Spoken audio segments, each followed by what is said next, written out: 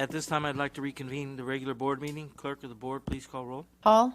Present. Solis. Present. Segura. Pike. Here. Tarantino. Here. Janney. Here. Collier. Mr. Winters, would you do us the honor of, we'll have a moment of silence and the Pledge of Allegiance, please?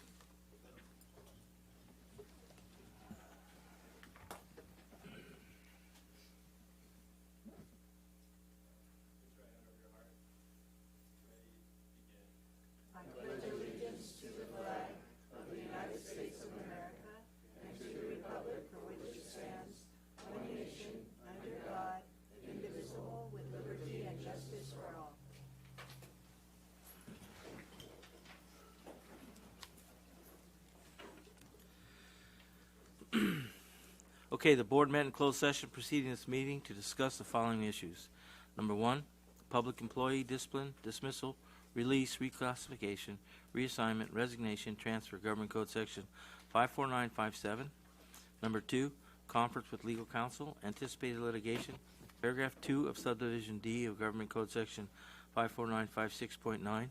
Number three, conference with labor negotiator, Government Code Section 54957.6. The board took the following action. Moved by Tarantino, seconded by Pike, to reject claims 19-05284 with a vote of Hall yes, Pike yes, Segura absent, Solis yes, Tarantino yes.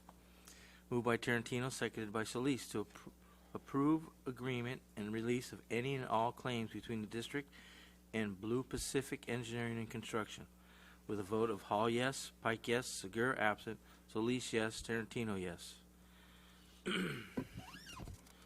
Okay.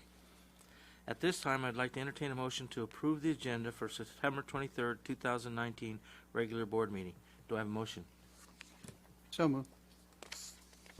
I'll second. Collier. Hall. Yes. Solis. Yes. Segura. Oh, sorry. Pike. Here. Tarantino. Yes. Motion passes 4 yes, 1 absent.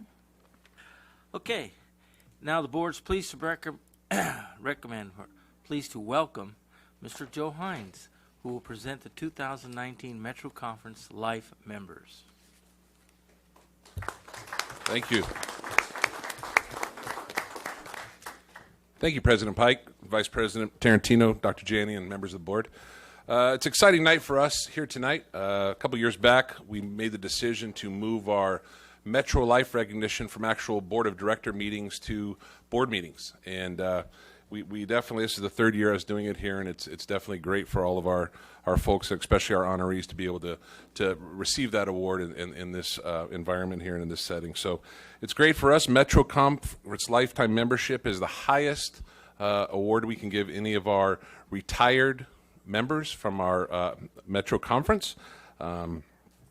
Typically it's for an extended or long-time service to the Metro Conference. And we have a lot of honorees. We figured out here a couple years ago after I took this position that somehow, some way, we had overlooked a lot of well-deserving people that definitely we need to make sure we got through and honored. So we have some of those folks included tonight, and we also have a great group of folks that are retiring and have retired this past year that we're very proud to honor with this recognition. So Mr. Pike, if you wouldn't mind coming down here, I'm going to give a brief introduction to each of these well-deserving folks tonight. We have a nice card that we'll be giving them. It's a lifetime Metro Pass. Miss Aguiza, can you hold one of those up here and we'll show that it gets them in for life to any of our Metro athletic contests. And it's a very well-deserving award for these folks. The first person we're going to introduce tonight with our lifetime membership is Mr. Ed Badgett. Mr. Badgett. Come on up, Mr. Badgett. And I promise with these names I will definitely get through this rather quickly. We won't go long. I've condensed the summary on each of these folks here just to Mr. to Hines, respect you're the going to have time we them have. stand up here when they're done? Yeah, we'll have them receive their card, come on up, and then we'll have them stand up front. We'll get a picture with everybody here at the end. Mr. Ed Badgett was longtime teacher, head football coach at Southwest High, longtime assistant principal at Southwest, San Ysidro, and Castle Park High Schools, longtime member of our Metro managers, just retired this last June, and very proud to honor Coach Ed Badgett.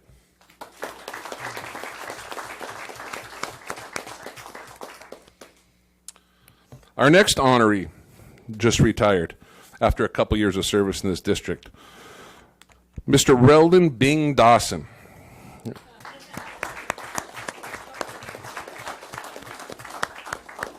And I'm going to throw a big number at everybody right here. Coach Dawson unfortunately did not retire from coaching, but he did retire from teaching after 49 and a half years of service to the Sweetwater District. Coach Dawson's been a longtime football coach at Castle Park and Olympian High Schools and still going today as a defensive coordinator at Olympian High School. Congratulations, Coach Dawson. Our next honoree is Ed De Los Reyes.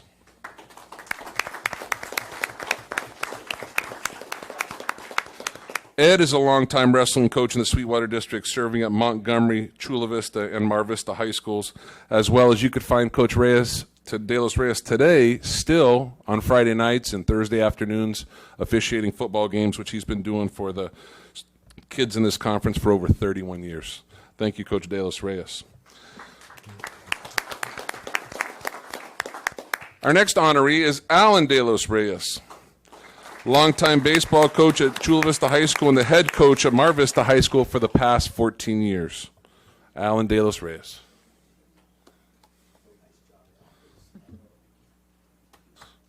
Congratulations, Coach.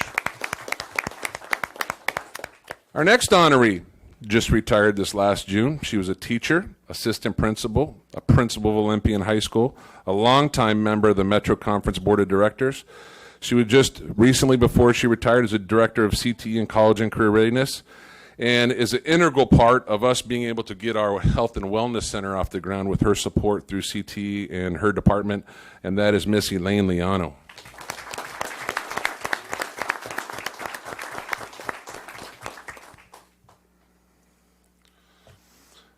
Our next honoree is Mr. David Mitrovich. David was not only a teacher in this district, he was a head basketball coach at Castle Park High School. He was an assistant principal at Bonita Vista, Sweetwater, and Mar Vista High School, and also a longtime member of the Metro Managers on our Metro Conference governance. Congratulations, Dave. The next person here, again, when I talked about people being overlooked, this person was definitely overlooked, and by too long over the last two of these awards here by myself. But Mr. Jerry Schneep was the person who was the first coordinator of athletics in this district. He laid the groundwork and the foundation for the importance of this position and many of the things we do in this Sweetwater district as far as our athletics go. And I'm very proud to call him a mentor. When I was a Metro manager, and he's still one of the most respected people in the state of California with regards to athletics. Thank you, Mr. Jerry Schneep, our CIF San Diego Section Commissioner.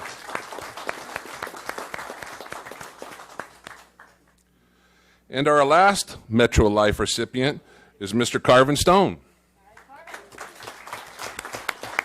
Carvin got best dressed tonight by far. Well done, Coach Stone. Coach Stone's a longtime teacher at Castle Park High School and also a longtime water polo, swim and dive coach at Castle Park High. Congratulations.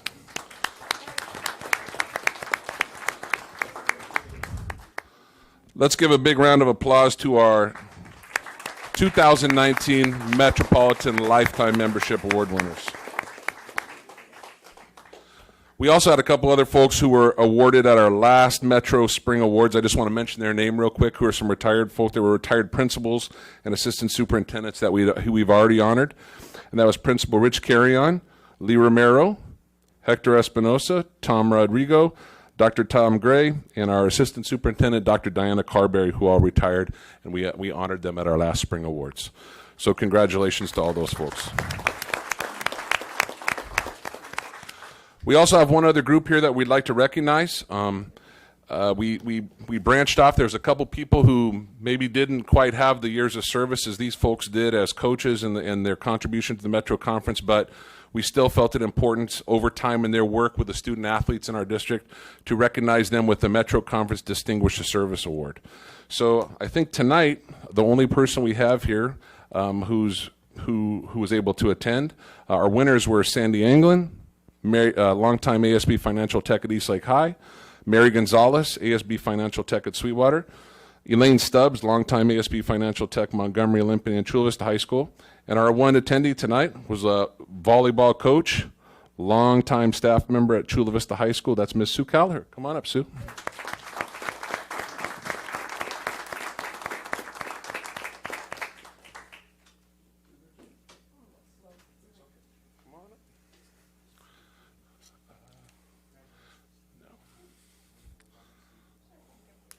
Yeah, that's Mr. DeJesus, Coach DeJesus. Hold that for her. Coach DJ.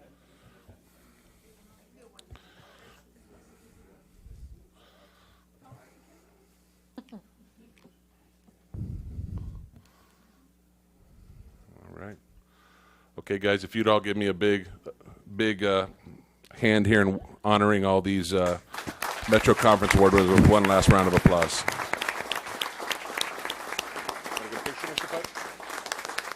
Picture, no? Okay. All right, everybody. Thank you very much. Oh, they're gonna wait. They're All gonna right, take a Mr. picture Rubio, with come the on board. down. All right. Not that easy. Yeah. Tried to get out without that happening, but we couldn't do it.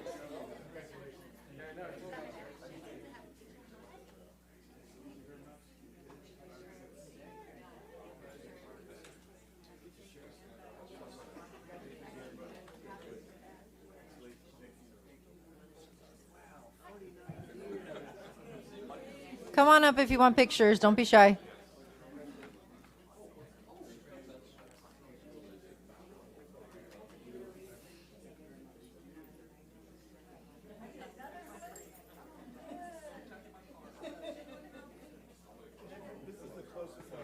Probably need 2 rows. Squish in 2 rows. Oh. There you go, Frank. There you go. Come on, Joe. Oh.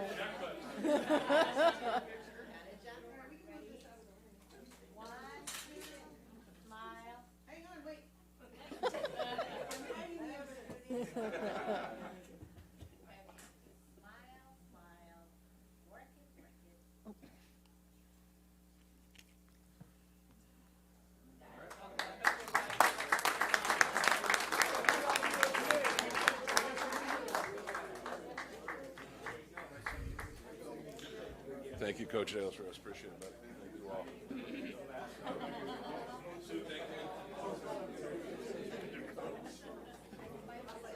Jerry, whose certificate do you have?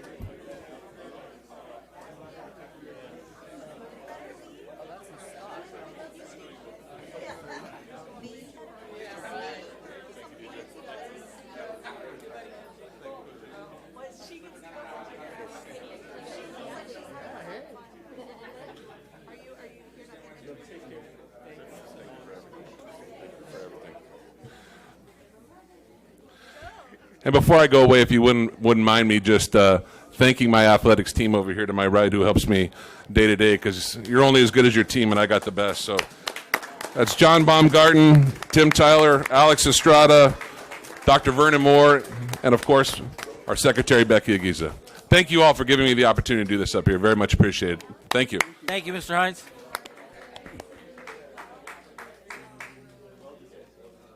That was cute. That was cool. That's a CIO commissioner right there. Yeah, pretty cool.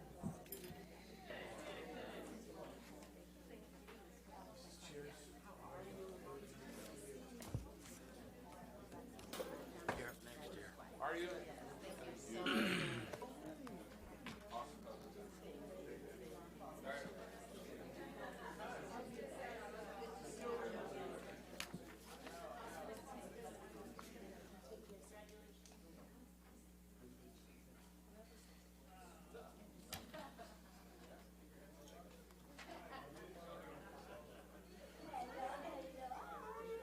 Okay, we'll now have an update from our superintendent, Dr. Janney. Thank you, Mr. Pike. Welcome, everyone. Welcome, staff, students, families, community members to our board meeting. Thank you for coming during the break. Right? Thank you for being here. So let's start with some recognitions and accomplishments. Last weekend was the third annual, I think it's the third annual, Solar Sprint Competition at Eastlake Middle. We had 254 student participants from all middle schools and one junior high school spread across 77 teams. Biggest turnout thus far in the 3 years. And here are the results. All of Montgomery Middle won all three first, second, and third place for speed, so they got this down. They got the solar speed race down, so they came in first, second, and third. And their teachers were Mr. Valencia and Mr. Macias. In the second category was engineering or best design. First place was Eastlake Middle, teacher Ms. Taylor. Second place, Rancho Del Rey, teacher Ms. Chavez. And third team, National City Middle, Mr. Valles. In the third category was creativity, most innovative. First place was Cows Park Middle, teacher Miss Rains. Second place, Eastlake Middle, teacher Miss Taylor. And third place, Rancho Del Rey Middle, teacher Miss Chavez. The engineering and the creativity awards were decided by the Eastlake High School TitanBot, that's their robotics team, with their advisor, Mr. Joel Faust. We want to thank Principal Easter Finley, Assistant Principal Chris Adams, their custodial staff at Eastlake Middle, and last but not least, the SEAM coordinator who puts this all together is Dr. Leo Ulloa. And much appreciation to Mr. Jose Vargas, who kind of coordinates this whole event for the third year. And we're really grateful to Trustee Segura and IBEW for donating the solar car kits, the T-shirts, the sweatshirts for the kids, and being all there all day to help. It was really, real hot that day. It was like 95 degrees. It was very hot. But fortunately, the spectators got to sit underneath the solar panels, which was nice, while the students were performing and competing. So it was great. Next, the following Sioux High students were chosen by the Design Ahead program, and they will have their art displayed. So if you're going to be around the San Diego airport in the month of November, their art will be displayed all over the airport. And so congratulations to these students: Esteban Ibarra Acevado, Stephanie Marmolejo, Zaira Maldonado, Yuvia Aguilar, Danlin Villarente, Yesenia Santos, Daniel Gonzalez, Ariel Van Flores, Dayrit, I believe, and Tatsuya Yamanaka. And also kudos to their art of animation teacher, Miss Malini Ranganeth, for guiding and helping her students kind of navigate their way through this fantastic opportunity. So make sure you check it out in November at San Diego Airport. Then congratulations to Bonita Vista High School teacher, Miss Kaylee Espinosa, who was mentioned in the Teaching Tolerance Magazine issue 63, the fall break, or the fall 2019 issue. And the article is entitled U.S. versus Hate, or Us versus Hate. And you can find the article once you click on my email when I send this out. You'll click on and you'll get to the article. But Ms. Espinosa was part of a development team in collaboration with UCSD's CREATE program, and they piloted this hashtag US or Us versus Hate curriculum, and the initiative that invites students and student voice and artwork into issues of our time. And so they investigate these issues, they provide artwork or speak out on behalf of their perspective. The goal of the initiative was to, or it still is to support teachers and students in resisting hate at school and beyond by offering an easy-to-implement curricula option that results in authentic, shareable, student-driven work. And so if you click on the article, you'll see some of their artwork and some of their contributions. We want to thank Ms. Espinosa and her students for taking a proactive position to improve relationships between and among all of us. And then, as we know, our former student board member, Brenda Pangilinan, she's now a senior at Eastlake High School, is on the State Board of Education. And she's a voting member of that body and representing 6 million students. She's the only one. She's representing all 6 million students across the state. So I traveled to Sacramento on September 11th to support and recognize her official swearing-in day and her first day on the board. And she is such a thoughtful, she did her homework, I want to say. She did her homework. She studied the agenda, which is quite long. It was all day. Started at 8:30, went till 5:30 that night. Usually they're 2-day meetings. In this first one, it was just 1 day.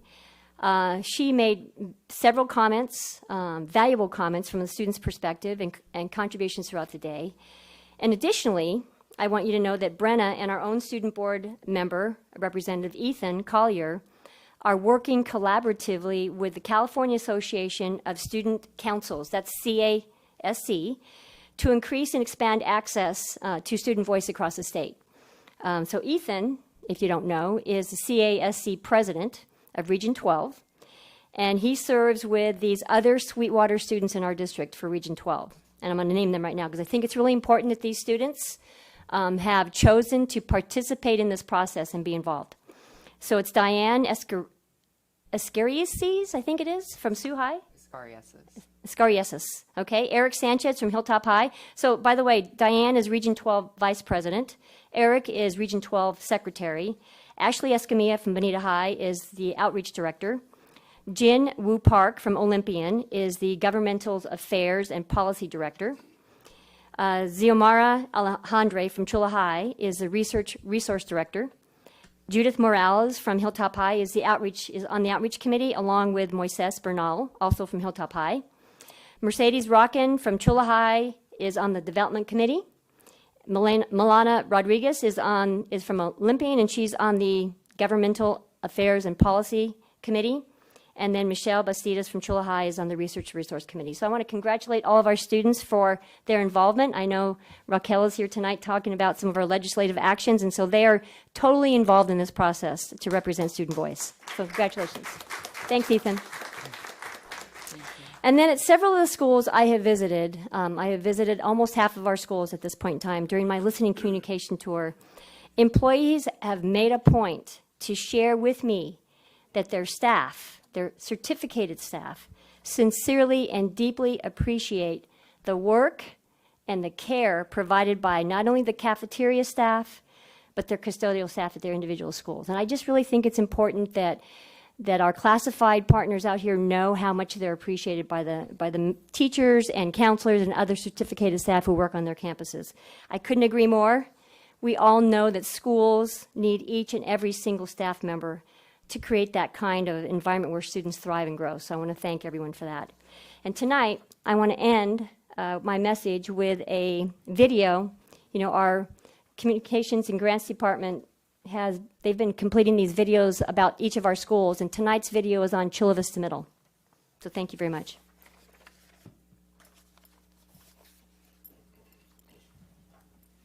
Education can really change lives.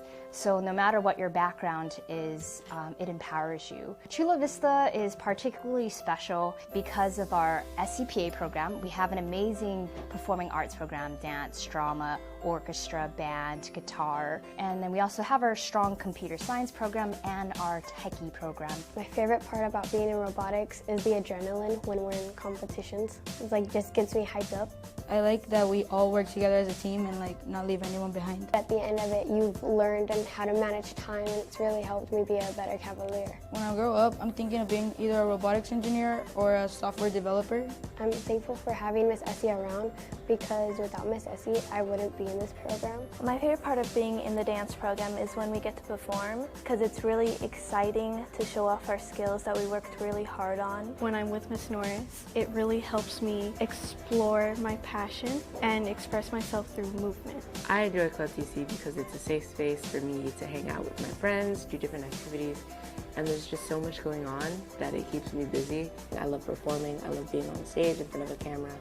If I get to perform and make people happy, it makes me happy. CVM is a really nice place. It's really, like, anybody who comes here is going to instantly fall in love with it. I get to see kids when they're 11 and 12 years old, not knowing what they want to do in life, and I get to see them find a passion and then find a way to follow that passion. I kind of want to do something with the environment, specifically renewable energy. I'm kind of inspired by my mom. She is a biologist for the Navy, and I think her job's really cool. So Miss Norris is such an amazing role model that I'll definitely never forget, because she always makes me think about how can I be at my best. We have a saying around here, we're the Cavalier family, which we really are. I appreciate the support that I get from the academic teachers. It's important to come to school every day, not only for the education, but it's so you can make friends and be like a good person. Probably my favorite experience is seeing what they can do here when they leave my class and then what they can do in 10th grade. It's phenomenal. I work with special ed students. Those students have partners that will go and sort of help to guide them, encourage them to do the proper social behaviors while playing athletics. Everybody deserves a chance to compete. Everybody deserves a chance to go play. That's really what inspires me. Chula Vista Middle is a really fun school, has many cool people. You get to meet so many fantastic teachers and new friends. Proud to be a Cavalier. The school is amazing and that it's done so much for me, and I'm glad to be here.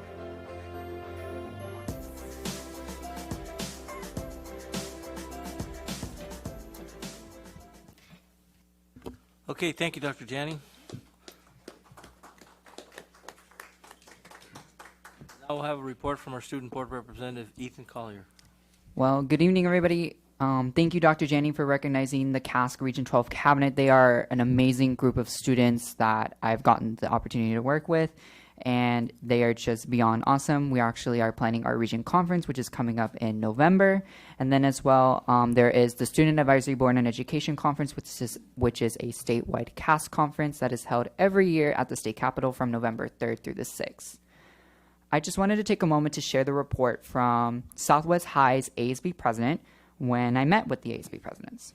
This one really stuck out to me because it does raise a lot of safety concerns for our students. For example, there are old buildings at Southwest High that have been, from his knowledge, condemned, and teachers are still teaching in those buildings, in those classrooms, and that can be a huge safety concern to students. And then as well, there is low student participation within their schools. Students are not enthusiastic, and that seems to be a common trend within all the schools. Student participation is low within spirit activities, homecoming, things like that. And a driving question for the ASB presidents is why? Why is student participation low? Why are students not spirited? And I'm going to be working with them in order to come up with that answer. So that is all I have to report. Thank you. Thank you. Mr. Ronovich, I believe you're up. We'll now have a report from our CBOC committee, and we have brochures in the back. Anybody would like to follow along with his presentation, go right ahead. Okay. Good evening, President Pike, members of the board, Superintendent Janney. As you know, I'm here every other month now, so you get that lucky only see me every other month. There was I just want to briefly go over what we're going to be talking about here. And for those in the audience, I think most of you know, but who am I? What am I represent? There's a citizens committee to oversee and report to the public how well the district is spending the bond money that you pay for through your property taxes. So we're the eyes and ears of the citizens telling you and you behind me how well this program is doing. Our meeting was held at Granger Junior High School, and we had a tour conducted by Principal Kreitcha, I think is how you say it, Kreitcha. And you know you're getting old when the principal looks young and he's about ready to retire. So I go, oh my God, I can't believe it. Anyway, we went through a number of topics. One, we talked about the Mar Vista Aquatic Center, the Sweetwater High Turf Field, project labor agreement, how the district sets priorities on projects, and some of the frustrations the CBOC had. Unfortunately, the audience isn't able to see the PowerPoint with the graphics, which I'll talk about at some point in the future, but not tonight.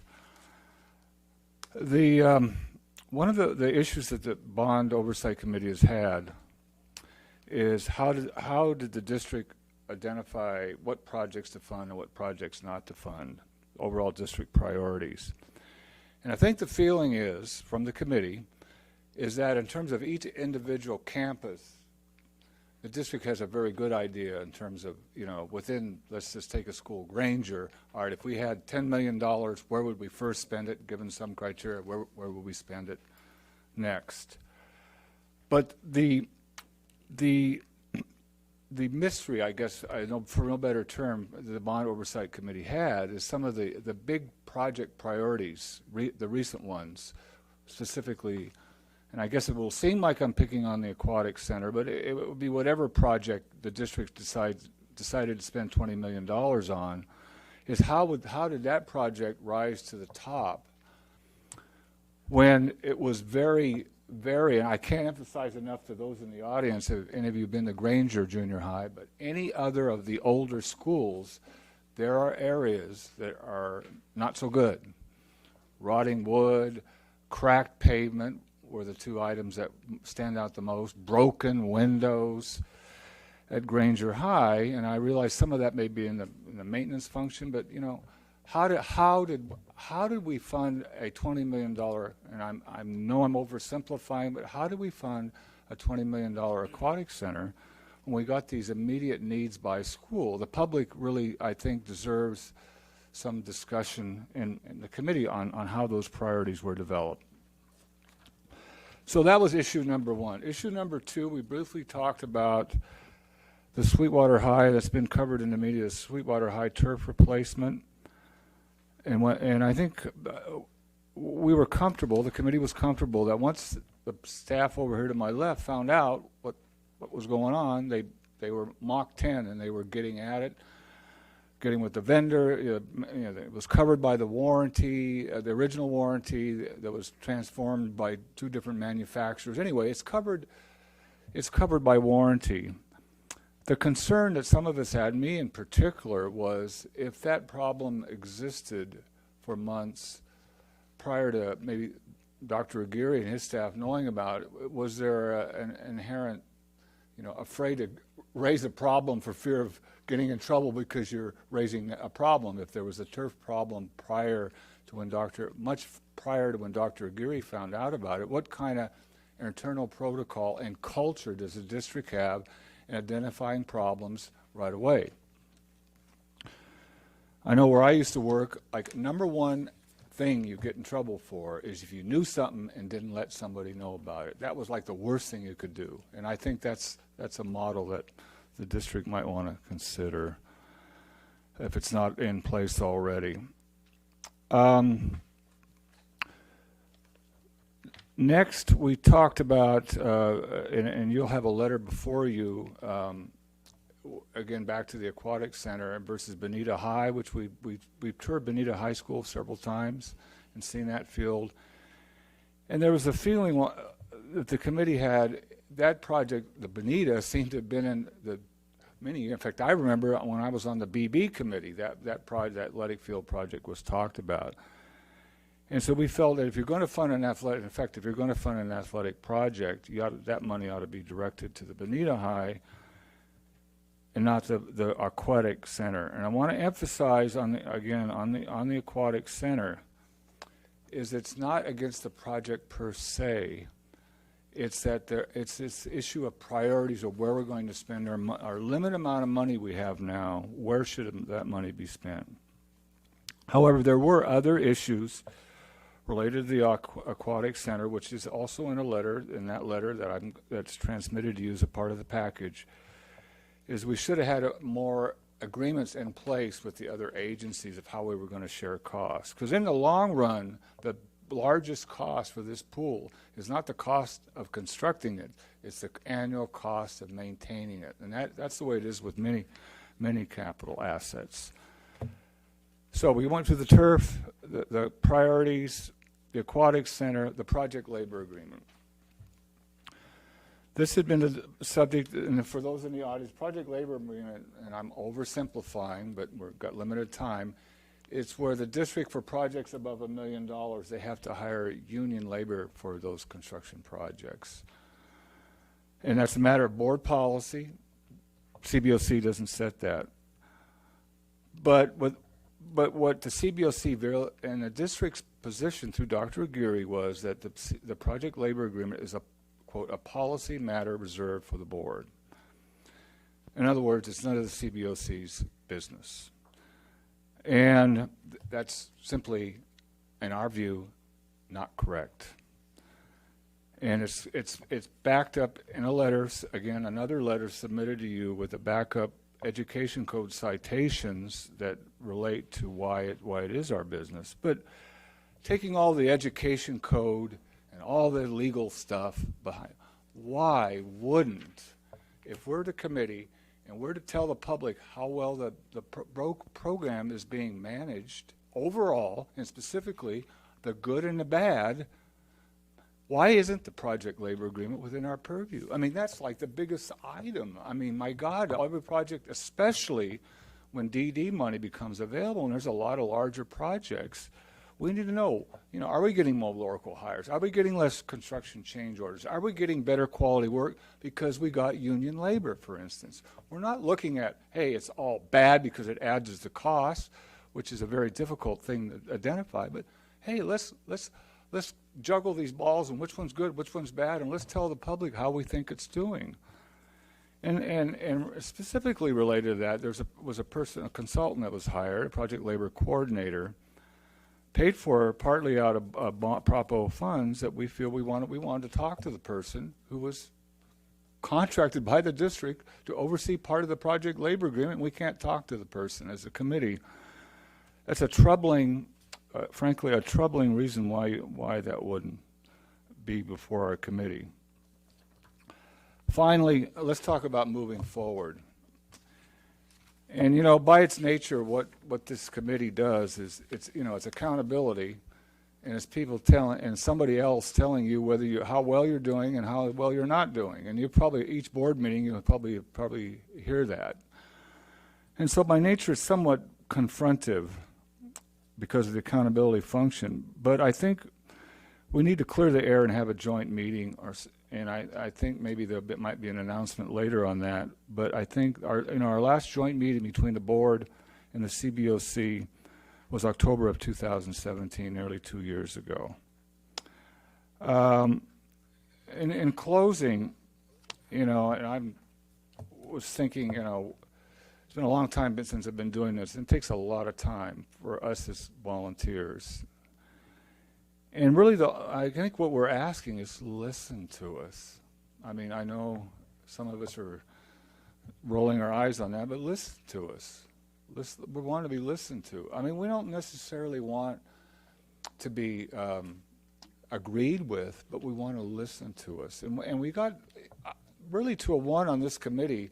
These are not a bunch of, these are people who are professionals in the field, one way or another, who relate to the bond program. This isn't just anybody. These are people that worked as, we got project manager, Al Sides, myself was a project manager, Rafael Munoz. We're all project managers. Terry McKerney's an operational analyst. These are people that are very knowledgeable. We got a deputy director of planning and procurement for the city of San Diego working in a public works division, for God's sake. You got people who might be able to actually add to the narrative. And we're asking again to be listened to and maybe have a joint meeting.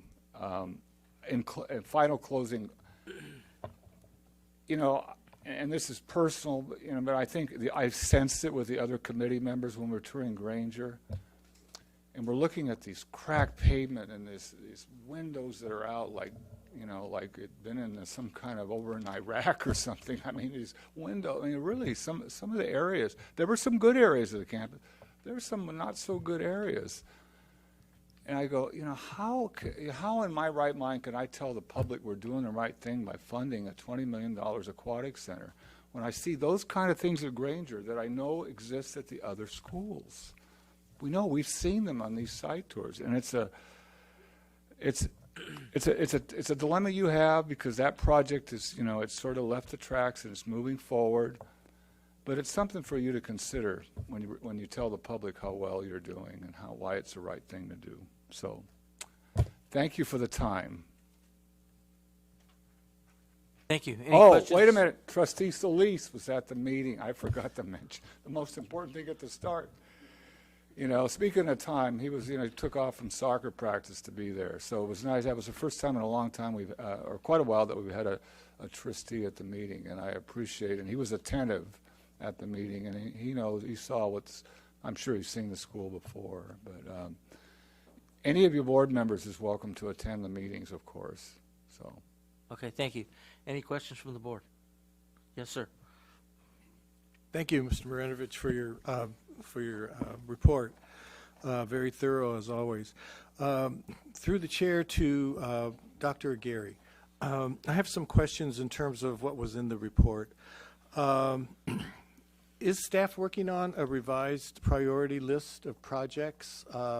If I remember correctly, at our last facility subcommittee meeting, the immediate projects that were coming forward were discussed. Is that correct? In essence, the work that we're doing is twofold. One is to work to provide a working draft of the revised projects for both the bond and the CFD. So we're currently, that's under development. In terms of process, the next step would be to present it to the facility subcommittee and then ultimately coming back for board consideration. The reality, as has been mentioned to anybody in the CVOC, is that at this point, other than the existing funding we have, there's a lack of clarity about when funding from the bond measure will become available. So it's a little bit of a catch-22. There could be a project list out there, but the reality is funding is fairly limited. Again, and projects, the other thing is project lists change over time. If you might recall, when we did the HVAC project, after receiving feedback from CBOC, community members, and others, that project list was actually, the scope was refined, revised, and expanded in scope to, in essence, capture a greater number of classrooms.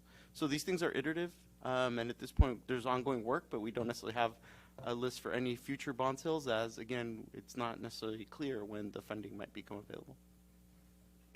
In terms of the PLA evaluation, would you say that we're on target for the evaluation to take place at the end of the third year of implementation?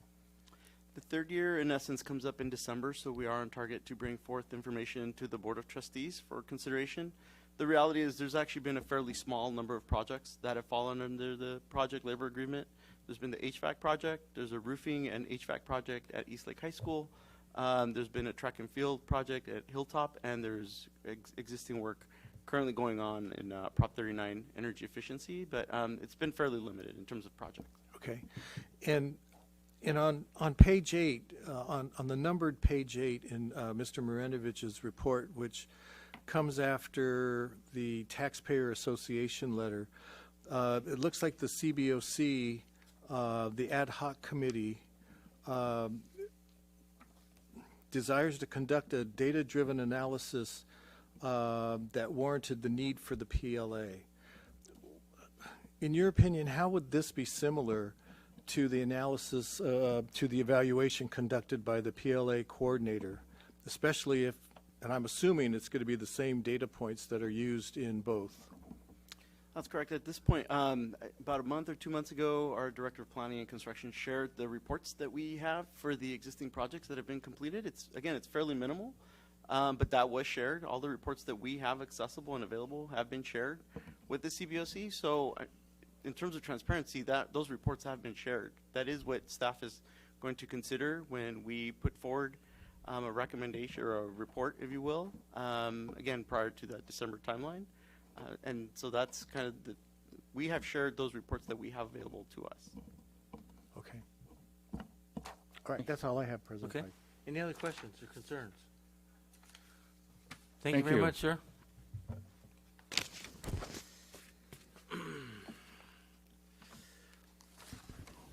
Okay, this is the point on the agenda where members of the public may address the board on any matter not on the agenda and have 3 minutes each to do so. The Board of Trustees cannot legally take action on or respond to matters not posted on the public agenda, but will refer the matter to the Superintendent's office for review and report. Speakers shall refrain from using profanity, and shall conduct themselves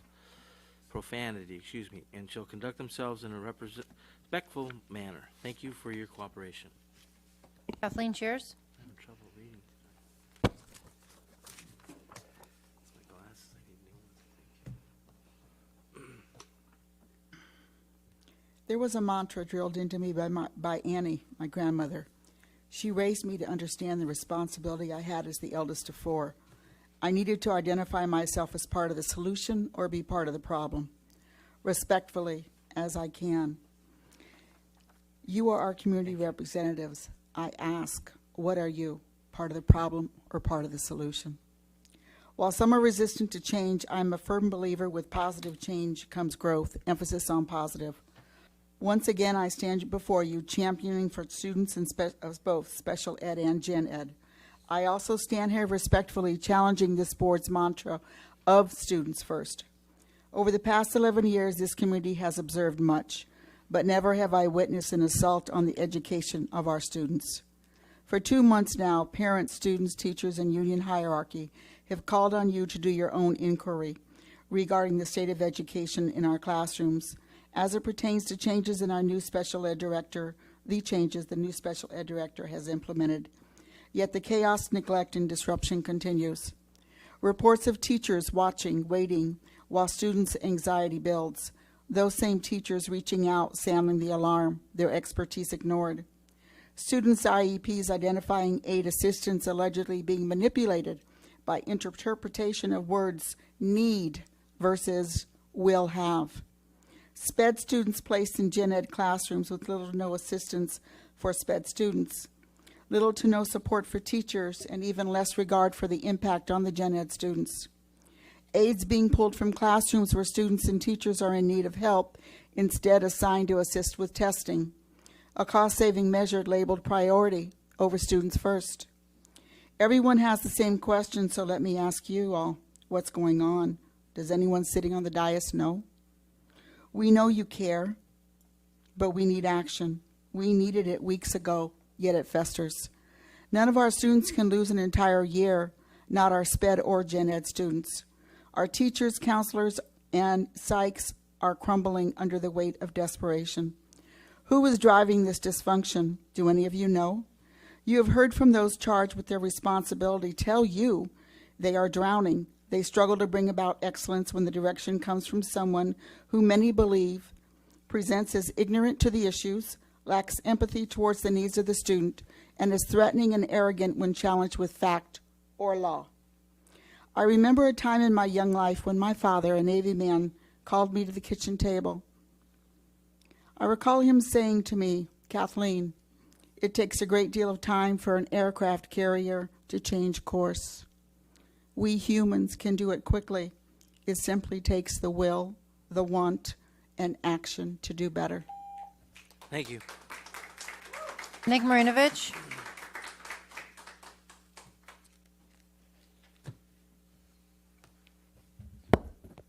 Good evening again. I guess I could have covered this in the bond report a little bit, but I didn't cover it at the meeting. So I want to talk with you about it, some of the generic things that apply to more just the bond program, but the district in general. I think most of you know I'm on the California League of Bond Oversight Committees, and I get emails. I get the I need help emails from all these districts around the state, bond programs. And there are common problems on the I need help emails. The district is frustrating us with trying to get information. They are trying to tell us what is our business and what's not our business in terms of what we can review. And they are less than forthcoming with some of the information. In other words, the frustration factor enters into the CBOC. And finally, CBOC members can be directly attacked. So with that as backdrop, I want to go into this district, and I think that we need to step back a bit in terms of the CBOC function and realize that we have a role to play, and that it's an important role.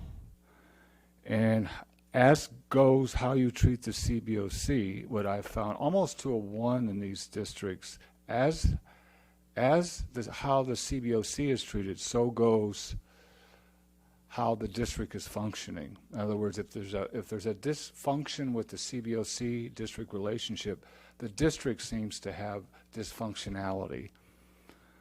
And so as we move forward, I think, in terms of the public, looking at, like, how's Sweetwater doing? Well, kind of look at how the Bond Oversight Committee is being treated. That'll tell you how the district values public input from volunteers who spend a lot of time trying to help out. And I just think it's important that as volunteers, and we make mistakes, no question about it. I've made mistakes in leadership, in conduct, but also I've done a lot of right things personally. And so as we move forward, I'm hoping that we can have a positive relationship, and that you value the input of the CBOC, and it tells the public how you value public input. Thank you. Thank you. Chris Elam.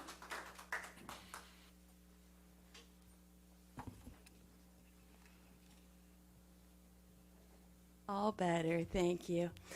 Chris Elam, Sweetwater High. Good to see you all on vacation. Couple things that my students wanted me to bring up, and this is not me soliciting and recruiting my students. This is them saying they have concerns. I had a Socratic seminar going when we were told that kids with 3 AP classes would get the next round of laptops, and I asked which of my kids in there had them. The 4 that did raised their hand. I said, okay, be honest, do you think that's fair? They're like, that's the stupidest idea I've ever heard of.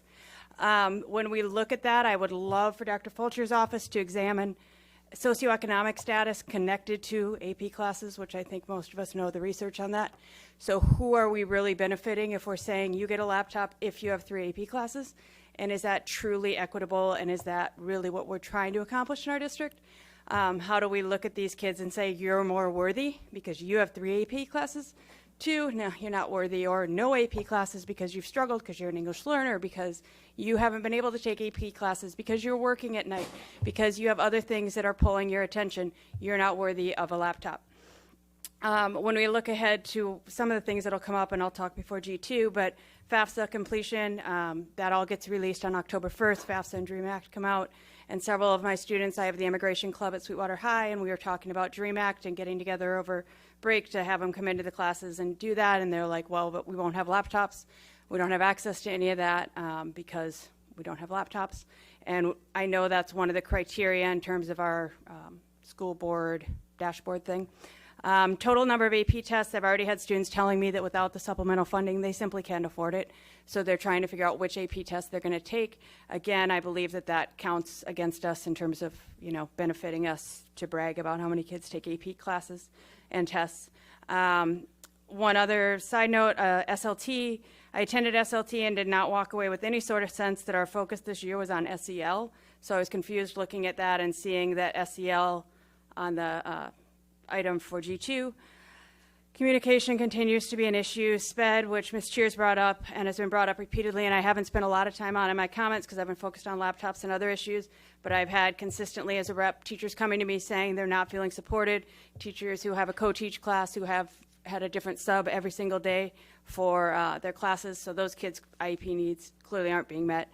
In part, in one situation, because a special ed teacher too were pulled from our site to the district.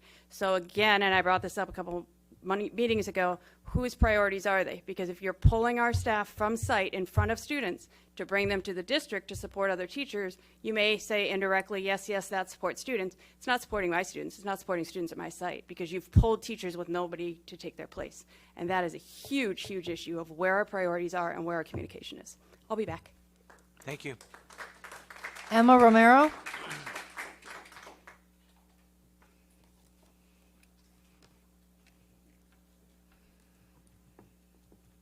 Buenas tardes a todos. Good afternoon, everyone.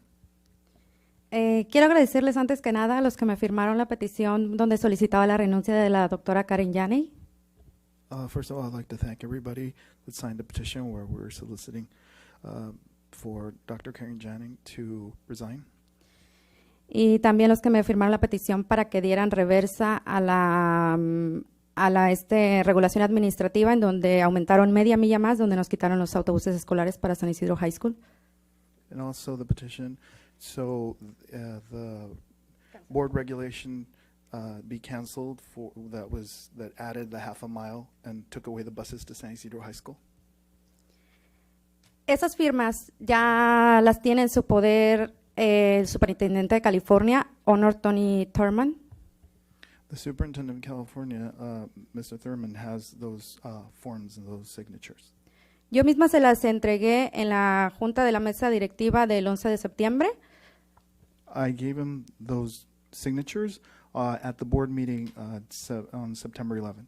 Junto con algunos otros detalles, como que ganan mucho en el distrito de Sweetwater. Along with other details, including that salaries at Sweetwater are very high. Como que ganan el 20% más de la media de todos los distritos de California. Es mucho para un distrito en crisis. The fact that you make 20% more salaries in general, which 20% more than the median in the state, which is quite a bit for a district in crisis. Junto con otras pruebas, fotografías y cosas que no han salido en los medios de comunicación. Along with other proof and photos, things that haven't been in the media. No soy tan inocente, fueron muy pocas, de hecho nada más era una muestra de que muchos no estamos conformes con la actuación de la doctora Karen Janey, con todo respeto. It was not that much, it was just a sample, but it's just to show that a lot of us are not very happy with Dr. Janning's performance, with all due respect. Y entre esos puntos, ustedes dicen que nos quitaron aplicando una póliza para igualar a las demás escuelas que tampoco tienen autobús escolar. And along those lines, you said that the policy was so that would be equity, because there are other schools that also don't have bus service. Pero las condiciones de San Isidro High School son unas condiciones peculiares, muy diferentes a las de otras preparatorias que ustedes administran. But the situation of San Isidro High School is very much a very particular situation, very different to other schools that you have in the district. La primera es que nuestra preparatoria San Isidro High School no está dentro de nuestra comunidad, está en Otay Mesa Road, en Otay Mesa. First of all, is that San Isidro High School is not within the community, it's in Otay Mesa. Ni tan siquiera tiene el mismo código postal, ya que San Isidro es 92173 y Otay Mesa tiene el de San Diego, 92154. It's not even within the same zip code, because San Isidro's zip code is 92154. And San Diego's, it's in the zip code. It's opposite. 92173. No, 92163. Y la distancia entre todas las demás preparatorias es menos de 3.5 millas, o sea que hay unas que tienen 1.6 millas de distancia entre preparatorias. And the distance from another high school is 3. Tienen mucho menos de 3.5 millas. It's much less than 3.5 miles. Entonces, ¿en qué cabeza les cabe aplicar la misma póliza? O sea, están aplicando la igualdad, pero no la equidad. So what are you thinking? Applying the same policy. You're applying the same policy, but it's not equitable. Y ustedes saben que reciben más dinero por estos estudiantes de bajos ingresos, youth foster y aprendices de inglés. And you know the school gets more money for the English learners, the foster youth, and aprendices de inglés, foster y bajos ingresos. And low-income students. Precisamente para que tengan las mismas condiciones equitativas para asistir a la escuela y San Isidro High School no pueden aplicarle la misma póliza. And that's precisely so that they all can go to school and it can be equitable, but you can't apply this to San Isidro High School. Porque entonces los están discriminando. Because then you're discriminating. Entonces, ¿dónde están los 52 millones de dólares que reciben al año por esos estudiantes de bajos recursos? So then where are those $52 million that you get annually for those low-income students? ¿En dónde están aplicando ese dinero? En sus pensiones, en sus salarios costosos, en mantener un montón de personas que, pues, con todo respeto, si necesitan asistentes y asistentes, pues entonces usted no puede hacer su trabajo, necesita 4 o 5 asistentes. So what do you invest that money in? Salaries, your pensions, and really assistants and all kinds of staff? Really, if you need 3 or 4 assistants, that means you can't do your job. So why? Entonces, se los diría como madre, no sé si ustedes tienen hijos, ¿verdad? Yo no sé sus vidas privadas. Pero pues, como madre, yo veo sufrir a los muchachos, y no mis hijos, no hablo de mis hijos, hablo de otros niños que están en peores condiciones de las que mis hijos están.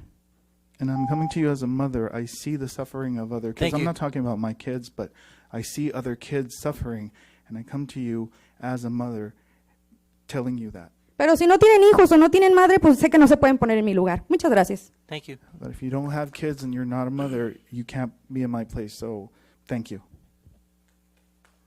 Aurora Murillo.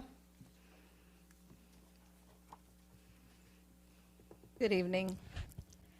It is not easy to be here before you when there's so much going on in the district and around us, and I'd hate to be in your shoes, primarily because I would hate to know that I have disappointed the people that I made promises to, that I said, with a new board, with a new superintendent, we're going to make the district better. Students will be first.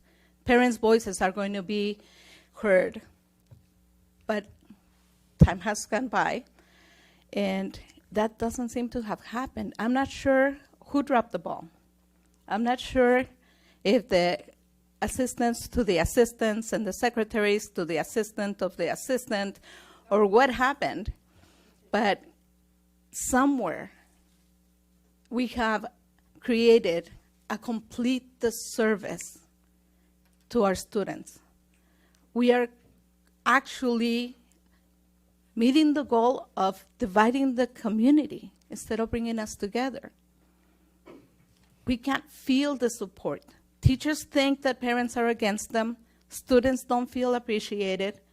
Parents want to know what's going on. How come if students are first, we're putting a priority on sports rather than the actual classrooms? Hilltop Middle has been waiting for so long, and my daughter's already 27. She went into that school, and we came and made a presentation, brought a lot of pictures when she was in 7th grade to the previous board.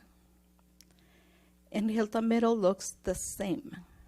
But we're talking about fields for the athletics department.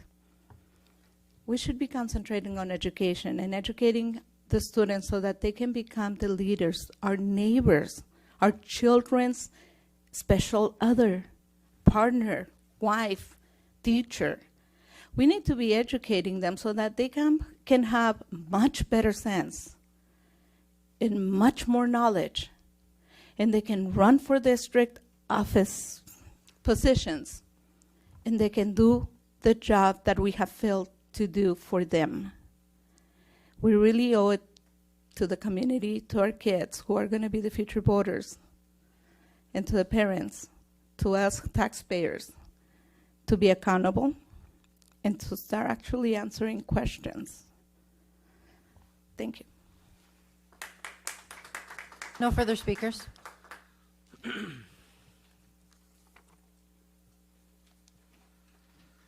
Okay, if there are no further speakers, we'll have the formation and approval of the consent agenda. Can I have a motion? Oh, can I read it first? Oh, sure. The following items have been pulled. F3 by staff and Mrs. Hall. F4 by staff. G1 by Mrs. Hall. G2 by Mrs. Hall, Mr. Tarantino, staff, and the public. G3 by Mrs. Hall. G4 by Mrs. Hall. H2 by Mrs. Hall.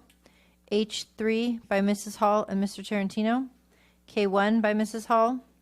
N1 by Mr. Tarantino. And O1 by Mr. Tarantino and staff. Okay. Do I have a motion to approve the consent agenda? So moved. I'll second. Collier? Yes. Hall? Yes. Solis? Yes. Pike? Yes. Tarantino? Yes. Motion passes 4 yes, 1 absent. Okay. We'll start with F3. Ms. Hall. Yes, I think we have something to show the room from Mr. Segura.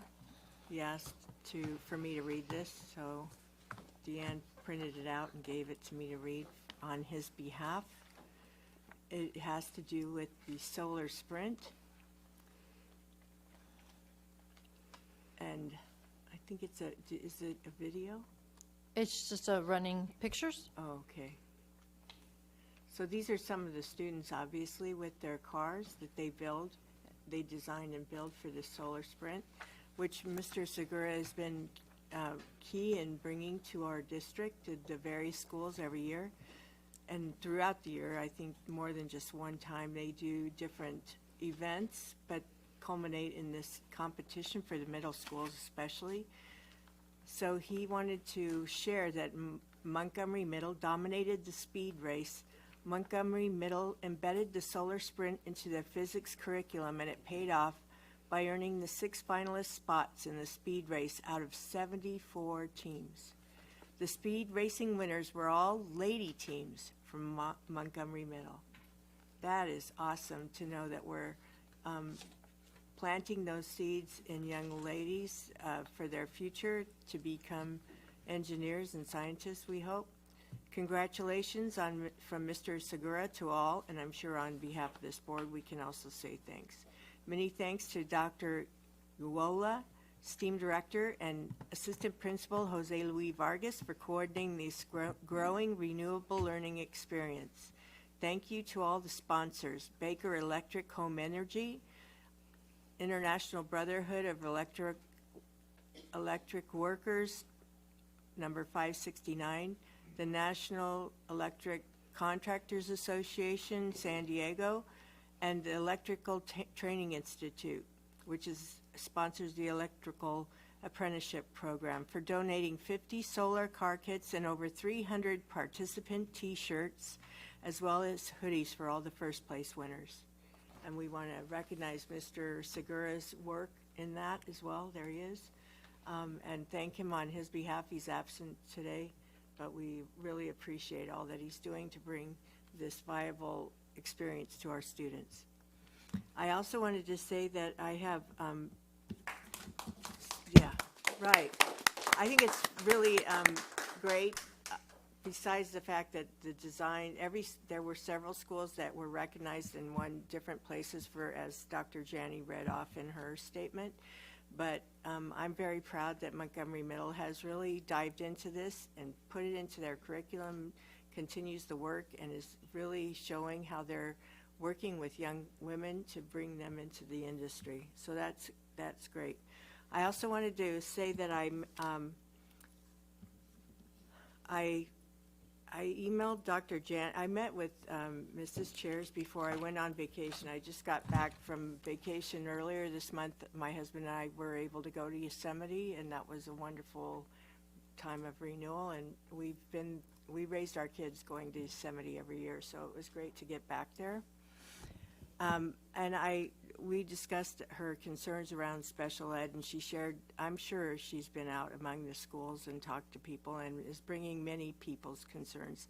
So I have requested information from Dr. Janney and staff, and they have been working on it, and I understand that some of it will be confidential information because of but I want people to know that we're looking at it, and I plan to be going out to schools after the break when teachers are back in the classrooms and visiting those classrooms in person, not just in my area, but I hope to get out to several other schools across the district. Because I share the concerns that we want to make sure we're providing the support and we're doing it in as quickly as possible to the students so that we don't set them up for failure, basically failure when they don't have the support they need.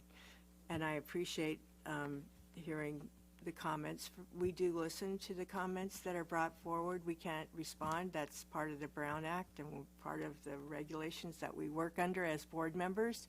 But we can go out and listen and share with you that we are concerned. We are trying to work on solutions, and we're trying to hold the district accountable in implementing those actions that are needed. I also met with some representatives from the Madres Unidos of San Ysidro chapter, and I want to thank them. Some of them are here. We have Ms. Brenda, Ms. Minerva, Miss Maria, no, Miss Hortensia.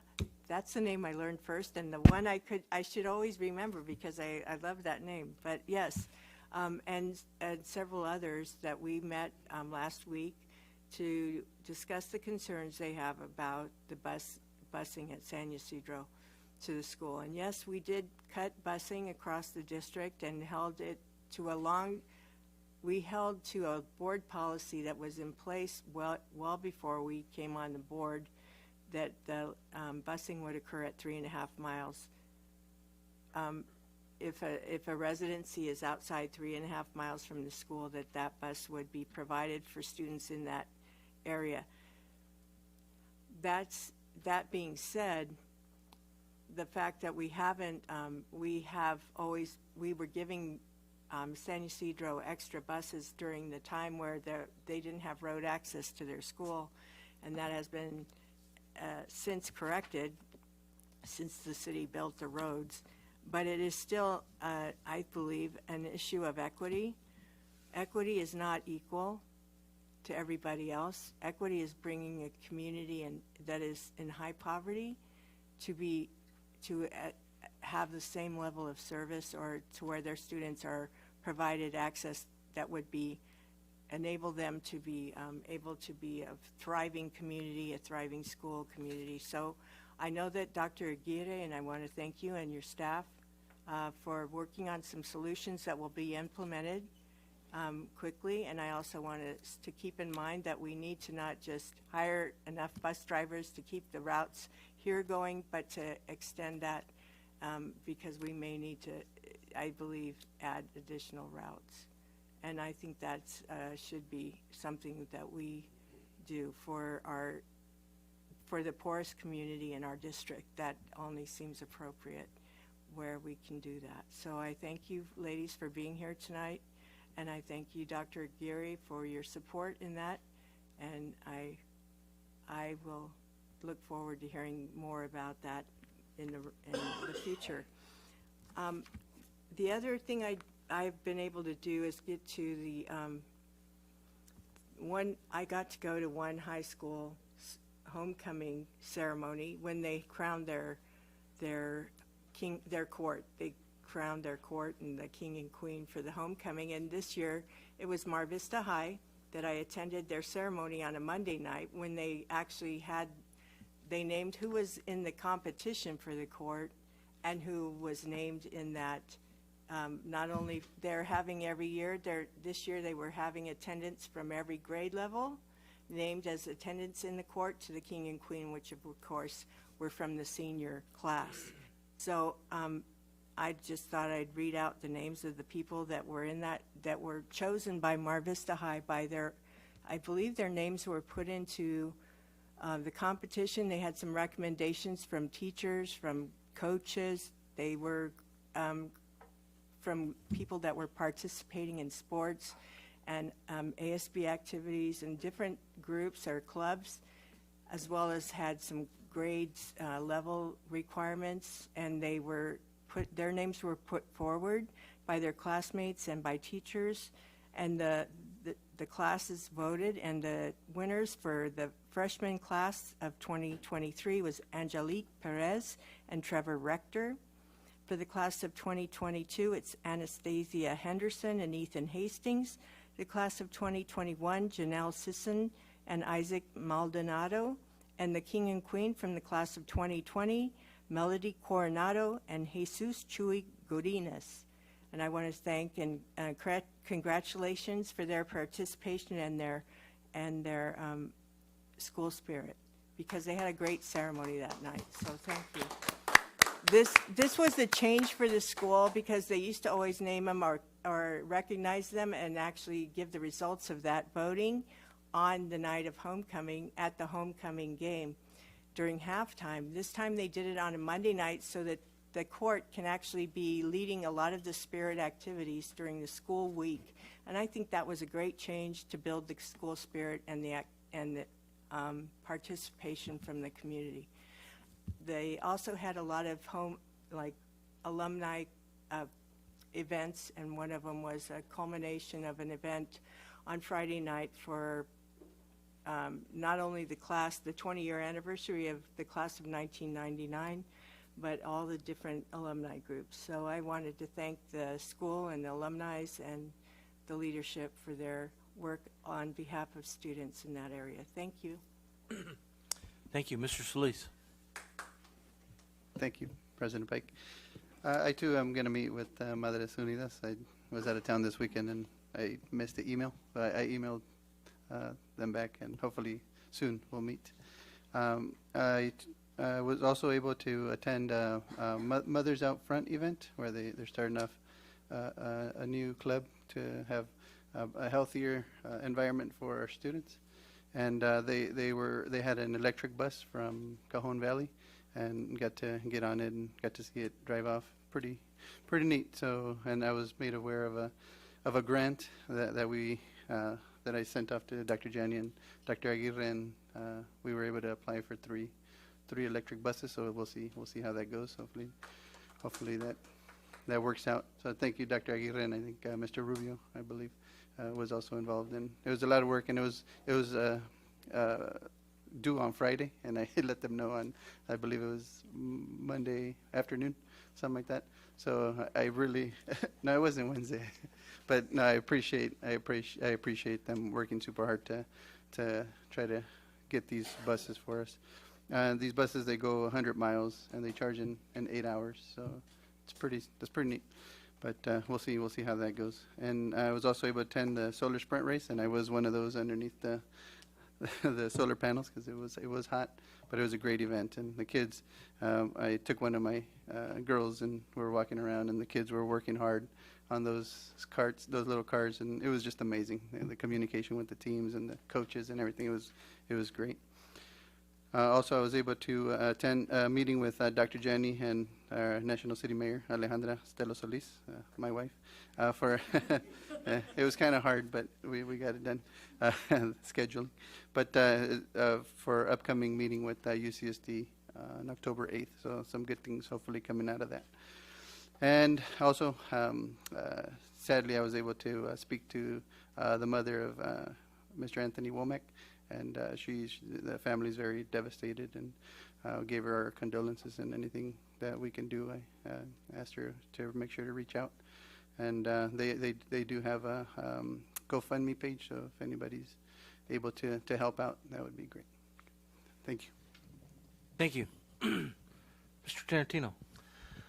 Thank you, President Pike. I had the opportunity to attend the 4th Annual College and Careers Pathway Summit, which was organized by the Classroom of the Future Foundation in partnership with the San Diego County Office of Education.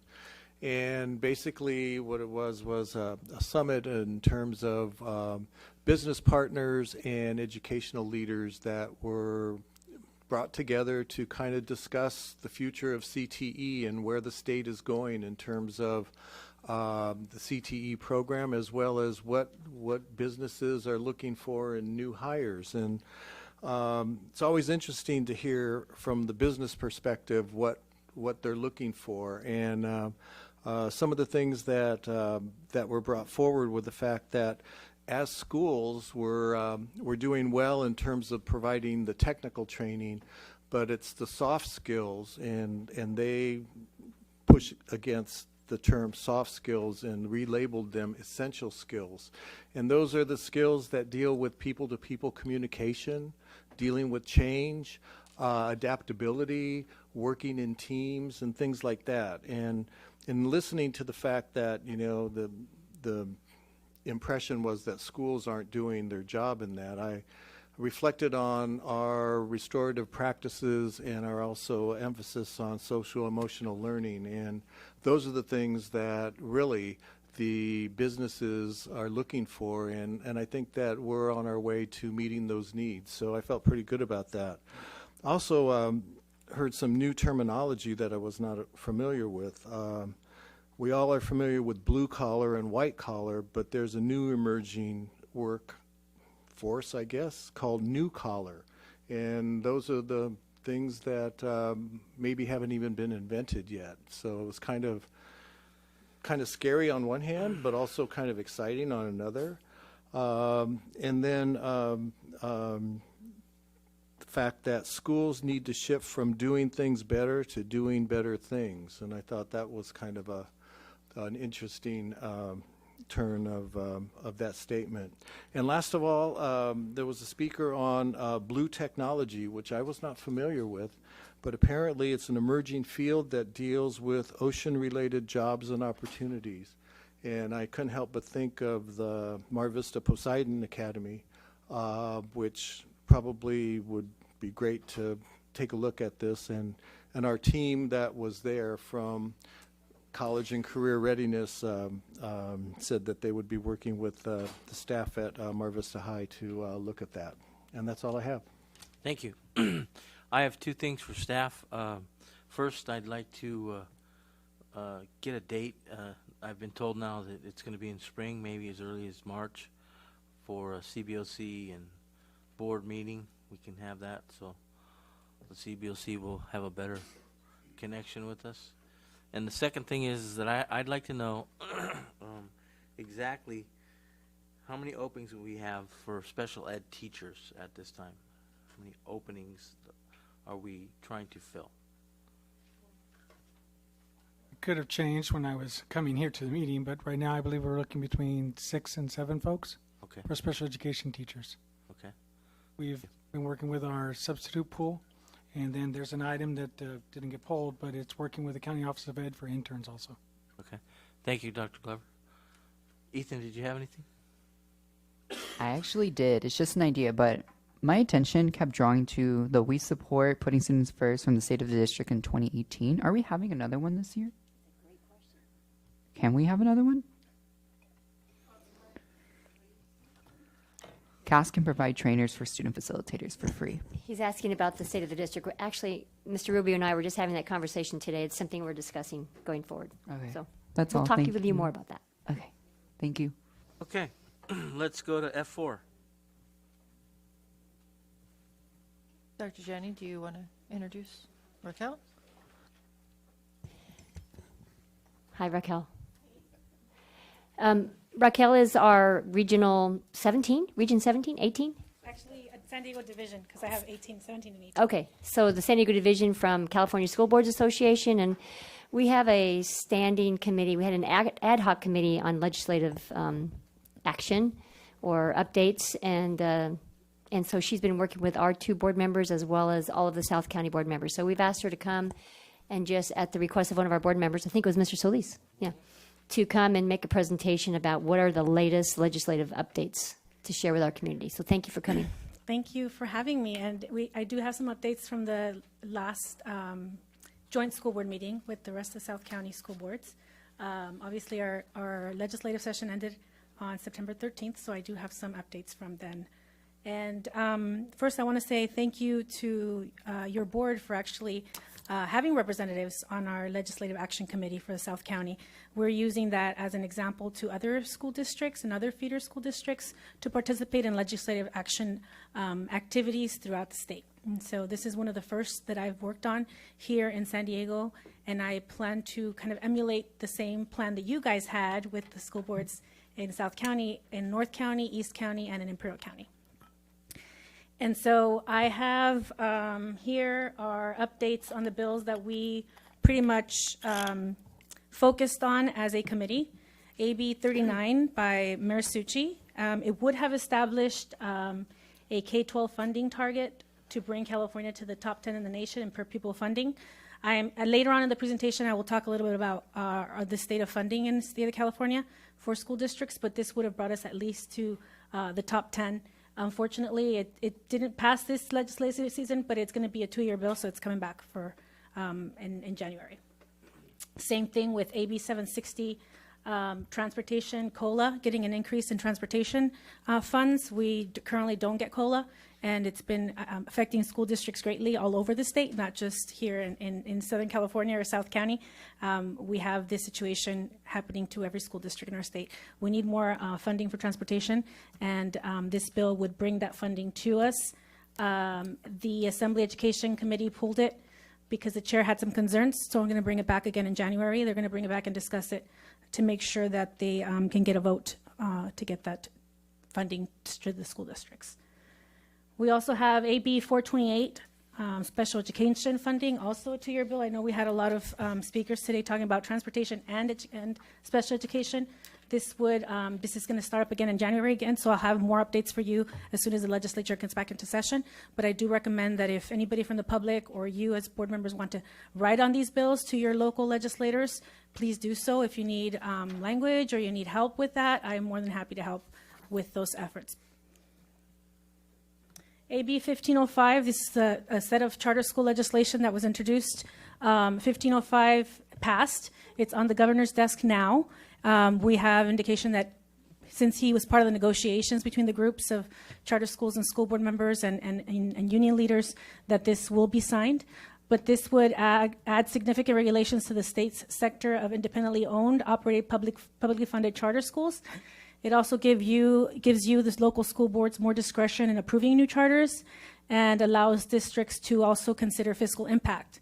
How much a charter school would impact your school district and your funding per student. It also requires that all charter teachers in California would be required to have some sort of state credential and undergo a background check. And then there's a moratorium on new online charter schools for 2 years. AB 1507 removes a loophole that enables a controversial practice, which was school districts or charter schools starting up in a school district, but being chartered by a school district that was way beyond the geographic area. That's now not allowed under this bill. And we believe also, since it was in the part of negotiations with the governor, that he's going to sign it.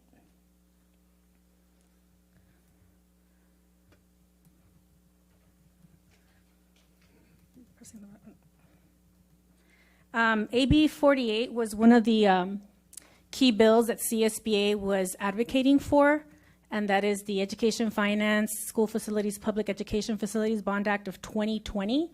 This would place a $15 billion facilities bond on the March 3rd, 2020 ballot for K-12 schools, $9 billion for K-12, $2.8 billion for new construction, $5.2 billion for modernization, $150 million for lead and water testing and remediation, and $50 million each for career technical education and charter schools. In addition, it increases the state grant amount based on the district's ability to generate local funds and the percentages of low-income, foster care, and English language learners, from 50 to 55% for new construction and from 60 to 65% for modernization.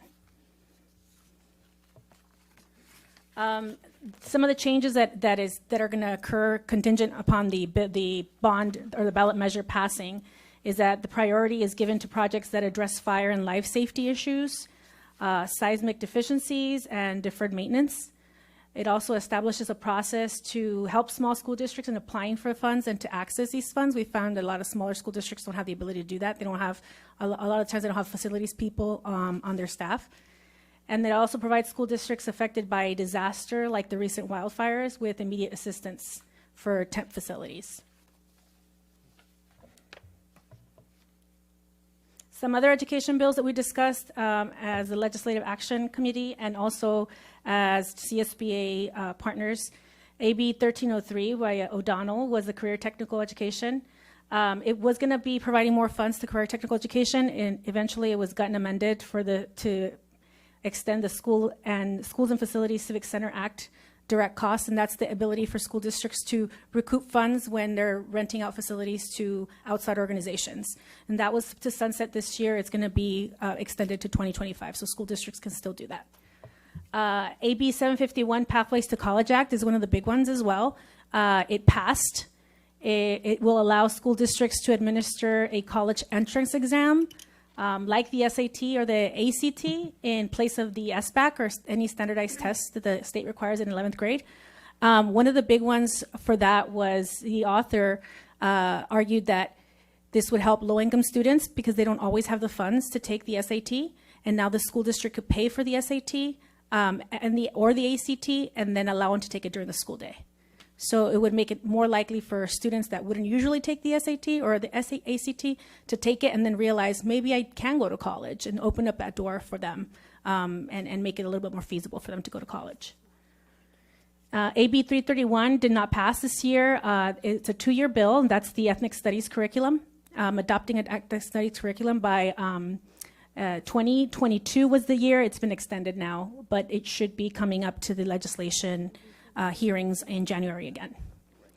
And one that was a great loss to CSPA was SB 328, the school late start. It requires that high schools in California start their school day no later than 8:30 and no later than 9 a.m. for state's middle schools. And I think everybody around the state really was okay with the bill because of the science related to it, and everybody agrees with the science, except it wasn't a one-size-fits-all model for all school districts. There's a lot of contingencies, there's a lot of differences within school districts, and it should be up to the local government or local school boards to really determine how that's going to affect students, but not only, sometimes some of the arguments were that it provided for inequalities when some parents cannot move their school schedule around. There was no funding attached to this bill, and so if you are to start your school earlier or later, and you still have students that have to be at school by 7:30 per se, because their parents are dropping them off for work when they go to work, there's no funding to provide anything for those kids before 8:30 a.m. or 8 a.m. in the case of middle schools. And so we were really, really working hard on that bill. It's on the governor's desk now.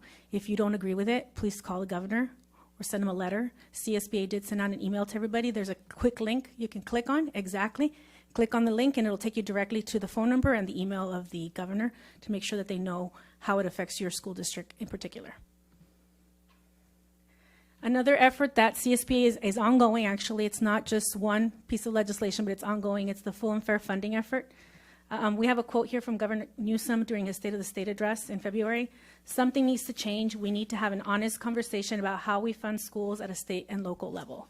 That's a pretty strong statement for a governor to say, because this is where California stands when it comes to our funding. Although it passed Mississippi and Georgia and Colorado, it still ranks at 38th nationally in school funding. It was 41st last year. When has California ever said they want to be 38th at anything? I've never heard it. State funding for a typical California student is nearly $2,500 below the national average, and just over half of what the top state provides their students. California was known and the envy of the nation in the 70s when we were ranking at top 5 in the nation on how we funded students and the outcomes we were getting, really. And we're no longer that envy of the rest of the nation, and that's pretty sad. As a parent, as a mom myself, my boys are actually watching online. I'm really, really bothered by that fact. Today, despite boasting the world's 5th largest economy, California's school funding stands at the bottom tier nationally, hurting our students and jeopardizing our state's future. And I think everybody here can agree with that. Whether it's a special ed student, a student board member, everybody, low-income student, special foster student, any type of student we have in our district, they're all affected by the fact that we're not funding education at the top level. Oops, I didn't want to skip that one. So this is where we fall kind of nationally at the state level. You'll see Vermont has $20,000 per student. I smile because that's great, right? If we thought we had something like that, it'd be amazing. California is down there 38th at $10,281 per pupil. The average per student funding for the top 10 states is $17,000, and that's still a $7,000 gap from what kids in California get. I don't know about you guys, but if somebody asks if you have kids, I have kids, and that's unacceptable to me. I just can't. I don't want my kids to be average. I don't think anybody else here wants their kids to get the average. If we funded schools at the national average, if the legislature really prioritized school funding, we would increase by $2,475,000 per student. That's for a school with 500 students. That's $1.2 million in additional revenue, right? That can be used for STEM, CTE, class size reductions, supporting English language learners, additional counselors, all the things that I think we come as parents to ask for of our school districts. We could get that if we had, at least the national average.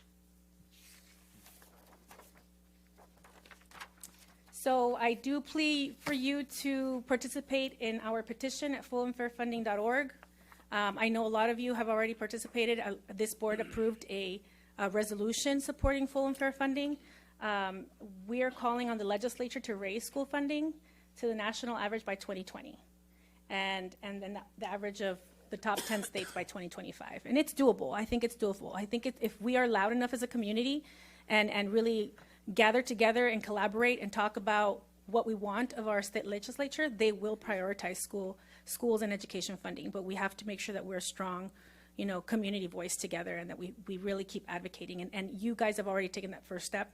Our South County school boards have taken that first step in making sure that our voices are heard in Sacramento, with letters, with visiting district offices, legislative district offices, and making sure that everything, that we're loud enough for them to understand that we're here for kids and that we want more funding, so that our kids are not bearing the brunt and our teachers aren't bearing the brunt in the classroom, and then our principals and the school-wide, and then you guys and the administrative district-wide.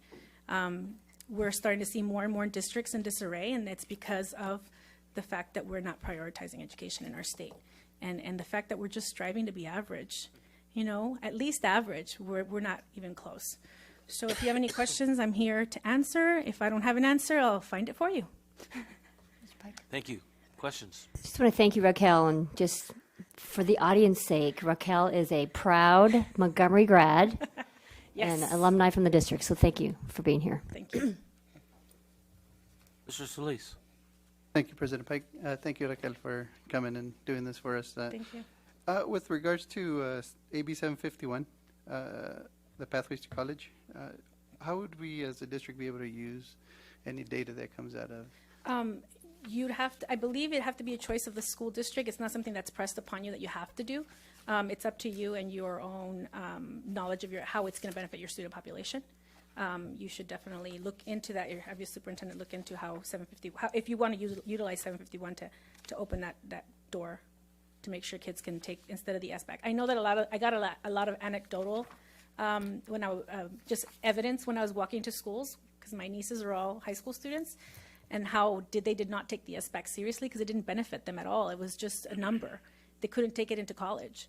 And so maybe if you listen to your students and see what kind of direction they want to take, it might be a good idea to discuss it as a board. Thank you. Also, with regards to SB 328, so we're waiting to see if the governor signs that. Yes. So it would be good for many of us to call. It'd be good to not wait email. with idle hands and just get on the phone and on an email. The audience can do that as well. Community. I know a lot of my friends, as moms, my fellow moms are doing it as well. We're really letting the governor know that this is something that should be kept at the local level. Perfect. Because it's very easy for me to come here as a mom and talk to you than for me to go up to the state legislature and talk to the governor and tell them what I want them to do for my student, right? My student and his friends. Excellent. Thank you. Appreciate Thank you. it. Thank you, Mr. Pike. So, just to be clear, the AB 328 would force districts to change their start times at all the schools in our district. We wouldn't have a choice. It would cost a lot of money to change those start times and to have just what you spoke to, the before and after school care for minors, and that we don't have the ability to increase what we already are doing. We would have to find a way to do that. So it's definitely a cost factor, and it's also the what it does to the parents and the families that would have to figure out what to do. So about all the bills that are on the governor's desk at this time, do we have a sense of, is there a timeline for him to have those signed by? Does he have a deadline for signing bills? I believe the deadline's October 11th, but Okay. I'd get that firm deadline to you, but it's usually the second week in October. Okay. I will get that date for sure. I'm not Well, exact on the that's date, good. but it is mid-October. All right, thank you. And I wasn't clear if the 1303, is that the one, is that one Yeah, pending, or is it still on? It was gotten amended to be something completely different. Okay. CTE, but we're hoping it comes back in January. Okay. And it's actually something that I'm going to bring to the Legislative Action Committee to talk about possibly requesting that of either our local delegation or another legislator to bring something similar back to make sure that we have that kind of funding for career technical. You would think that this is the time to talk to legislators, correct? This is the time to do it, and I know that from the work that we've done with your school board and your subcommittee on legislation, this is the time to propose bills to the legislature because they're going to be introducing them in January. And rather than be reactive, as we've talked about before, we want to be proactive and not and pair up with them, really collaborate with them and be, the drivers of where legislation is going so that we're not being dictated as school districts what to do and what we dictated as parents what to do. Right.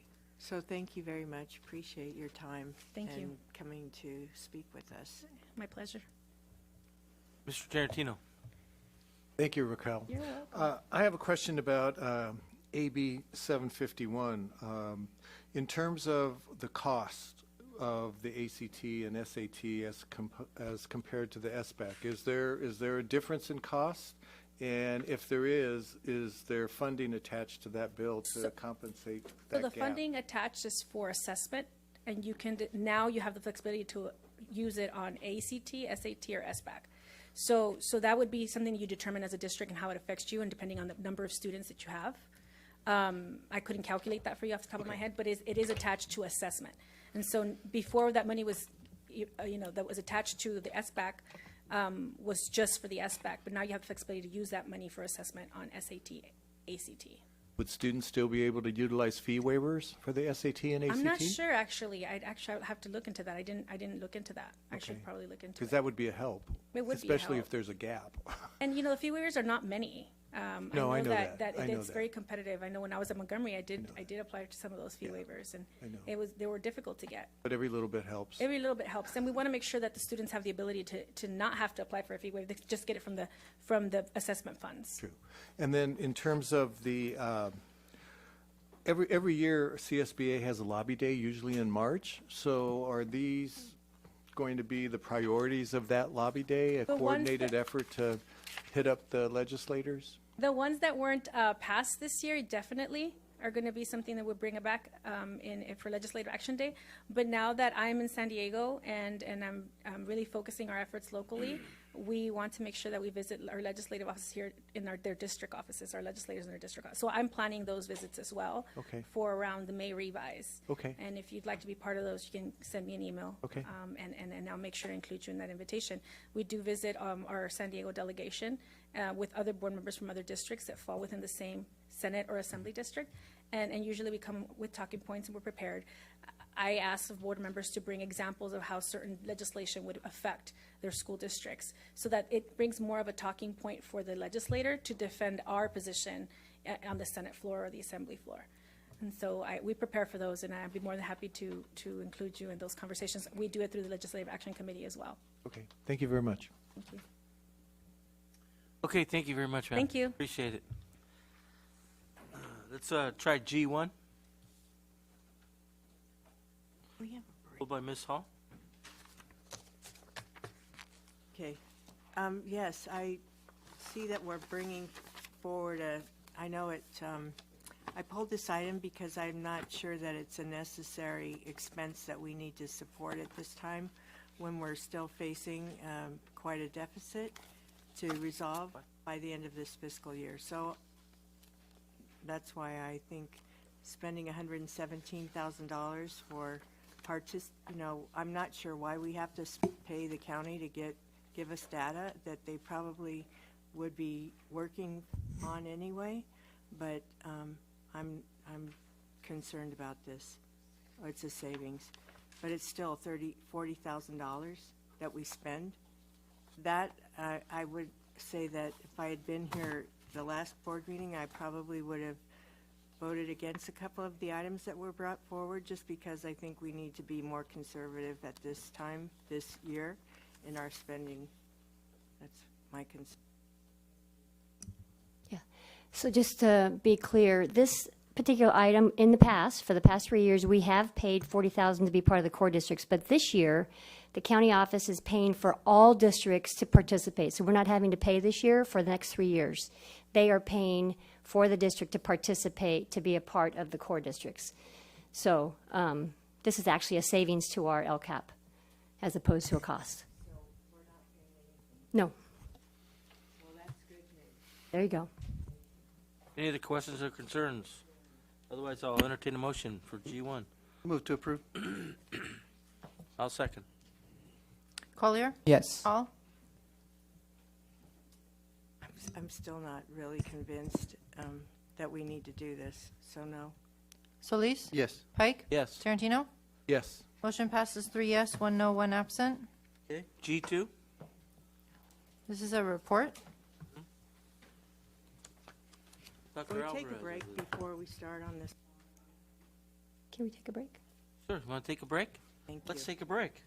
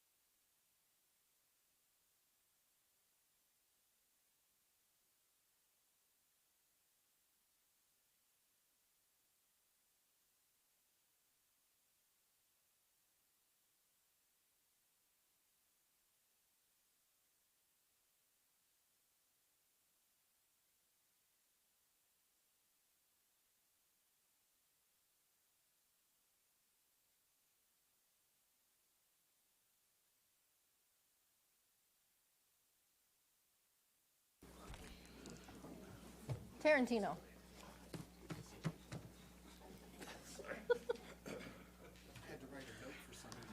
Dr. Alvarez, I believe you have the floor. Was it for me? Good evening, Mr. Pike, Dr. Janney, board members, and our public. Thank you for being here. Tonight we'll be reporting on LCAP Goal 1, which is, we call it the teaching and learning, but it really is about student achievement and making sure each student is successful. Dr. Winters and I will be co-authoring and co-presenting during today's presentation. So we're going to go ahead and start with the data piece, which Dr. Winters will begin with.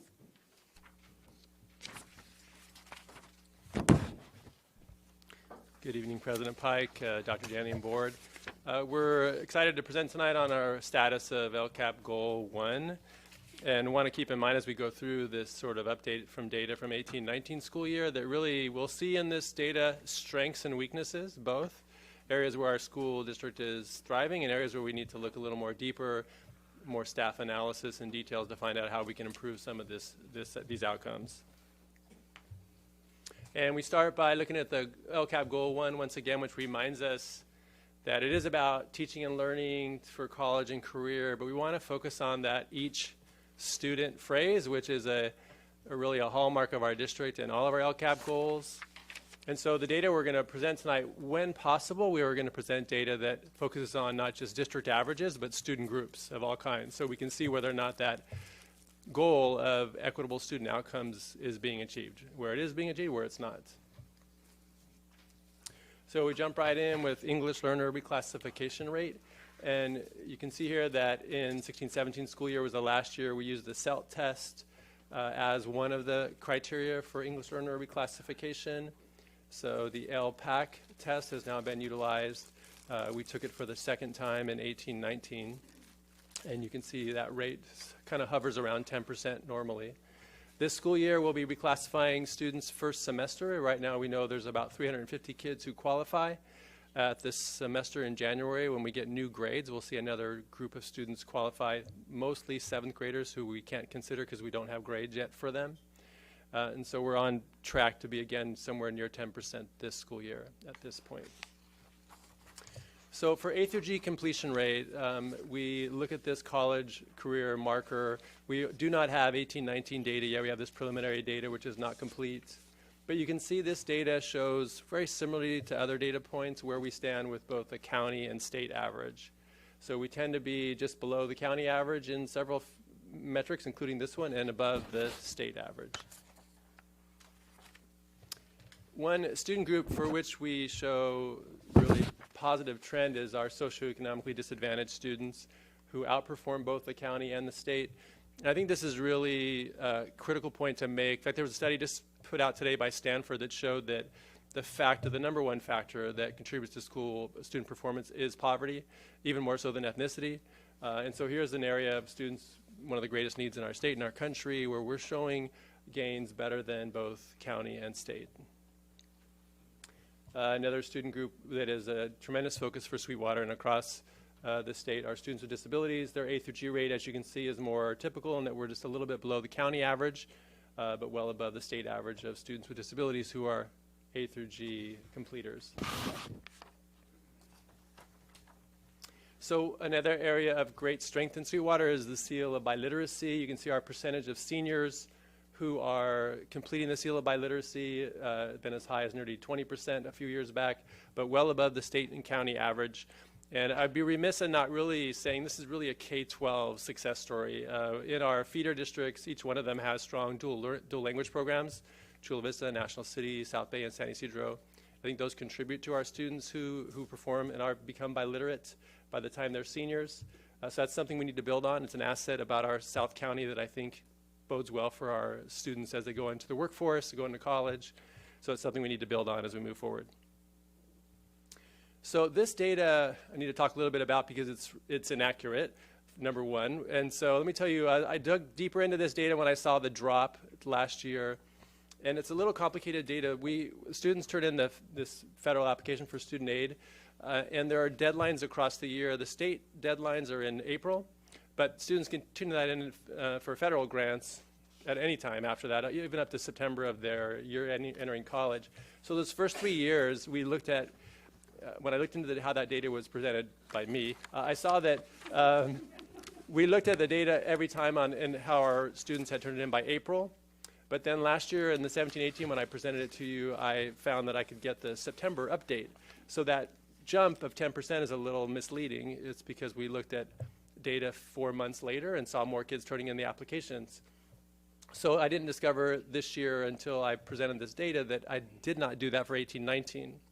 So to summarize what I saw in the data, just the raw data, was that in the last 3 years, the number of students who have turned in that application by the same point in the year, in September of each year, has grown. It was about 4,400 in 16-17, 4,500 or so in 17-18, and this year actually it went up to 48, almost 4,900. So really kudos to the schools. I know many schools have been working hard to get that FAFSA up, and I want to mention a few schools that have done a great job the last few years. Bonita Vista High, Southwest High, Montgomery High, and Olympian High have all seen big increases the last 3 years. So I'll give you an update on Friday with the detailed data that's accurate on that FAFSA completion. So AP has been really a success story for our district for many years. For over 10 years, that graph has been going up in a positive direction in terms of number of students taking tests and passing. This is the first year in that 10 years where we have seen a decline in the number of students taking the test.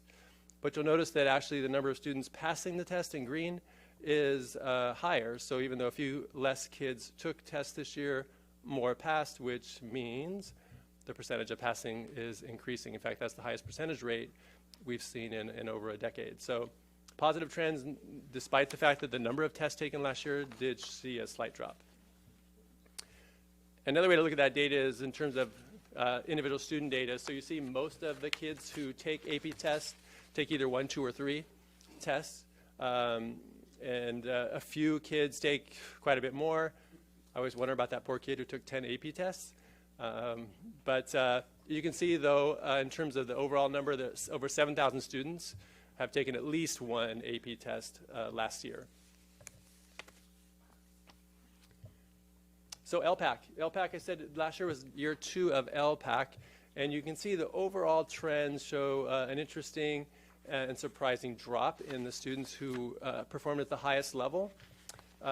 That test, as I said, is only in year 2. There's a lot we don't know about this. This is preliminary data, so we don't know if that was a trend across the state or that was a Sweetwater trend. Once that data is available, we can dig a little deeper. I quickly looked at the listening, speaking, reading, and writing, and it looked like the listening area was the one that dropped the most. And that's data that we need to get out to the site so those site teams can dig a little bit deeper into their students, ELD teachers, site leaders, where really are the gaps in our English learners' language proficiency. Because that is obviously one of the key criteria for English learner reclassification. So the next slides are CAS data, and this is preliminary data as well, not yet official. And so we look first at middle school, and I know there's already some questions about what grade level, so I want to say that as we go through these. Middle school was all students, so that's 7th and 8th graders combined. So we're starting with language arts. We see we have a slight gain in language arts, about a 6-point gain in terms of distance from standard. And we show all the student groups there with each one of them in language arts in middle school showing some gains. English learners grew I think 11, and students with disabilities 9 points. So positive trend, language arts, middle school.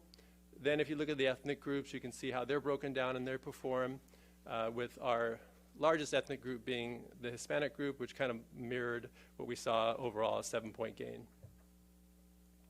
Then we go to language arts, middle school math, where you can see overall it's just a 3-point gain. One of the student groups of focus saw a drop, the homeless students, and the rest showed slight gains in each of the other student groups. Just a reminder, too, as you look at this data, you're looking at 2 different groups from year to year. So it's not comparing similar students, it's just looking at 7th and 8th graders one year compared to the new group of 7th and 8th graders the next year. And then middle school math, you can see the ethnic group breakdown.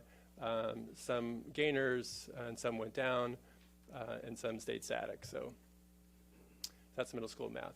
Jumping up to high school. High school is, once again, only 11th graders. So we'll see this one grade level is the only one that takes the CASP test. And for high school math, overall was pretty static from 19 to 18, not much change. But you can see our really student groups of focus, each and every one of them made some progress, including the homeless with a pretty significant gain. And keep in mind that homeless group is fairly small for our district, even a district our size, so gains and drops tend to be wider swings. But nevertheless, we see, again, a gain for students with disabilities, which is a positive. And then ethnic groups, you can see ups and downs with students of ethnicity. I think the one group that's of concern in both high school language arts, and we'll see later a bit, is math, is African American students who showed a drop from that 11th grade group of 2 years ago to last year's. And then here we see high school math overall, which went down a little bit. And the student groups, though, that are focused were pretty much static, with a slight gain in homeless and a slight decrease in students with disabilities. And last but not least, here's the high school math by ethnic groups. Again, kind of that one that sticks out is the decrease in the African American students in math, which mirrored what they did in language arts. And last piece of data to go over is enrollment and credits earned in the past summer school. And those are those totals there. So I will turn this over now to actions and services with Dr. Alvarez.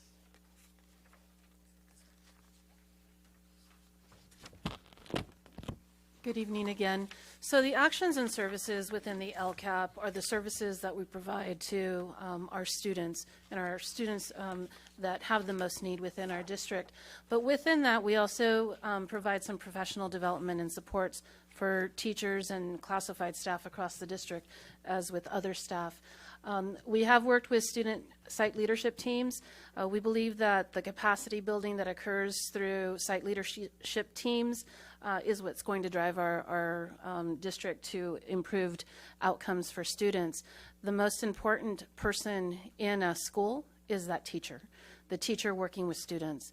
That's what makes the most difference, that those teachers every day come into contact with our students and really have the ability to impact change. Our role at the district office is to provide services and resources and to ensure that those services and resources are there available for them. With the site leadership teams, it's also looking at capacity building across the district leadership to ensure that we have site leaders that are supporting their teams at the school sites.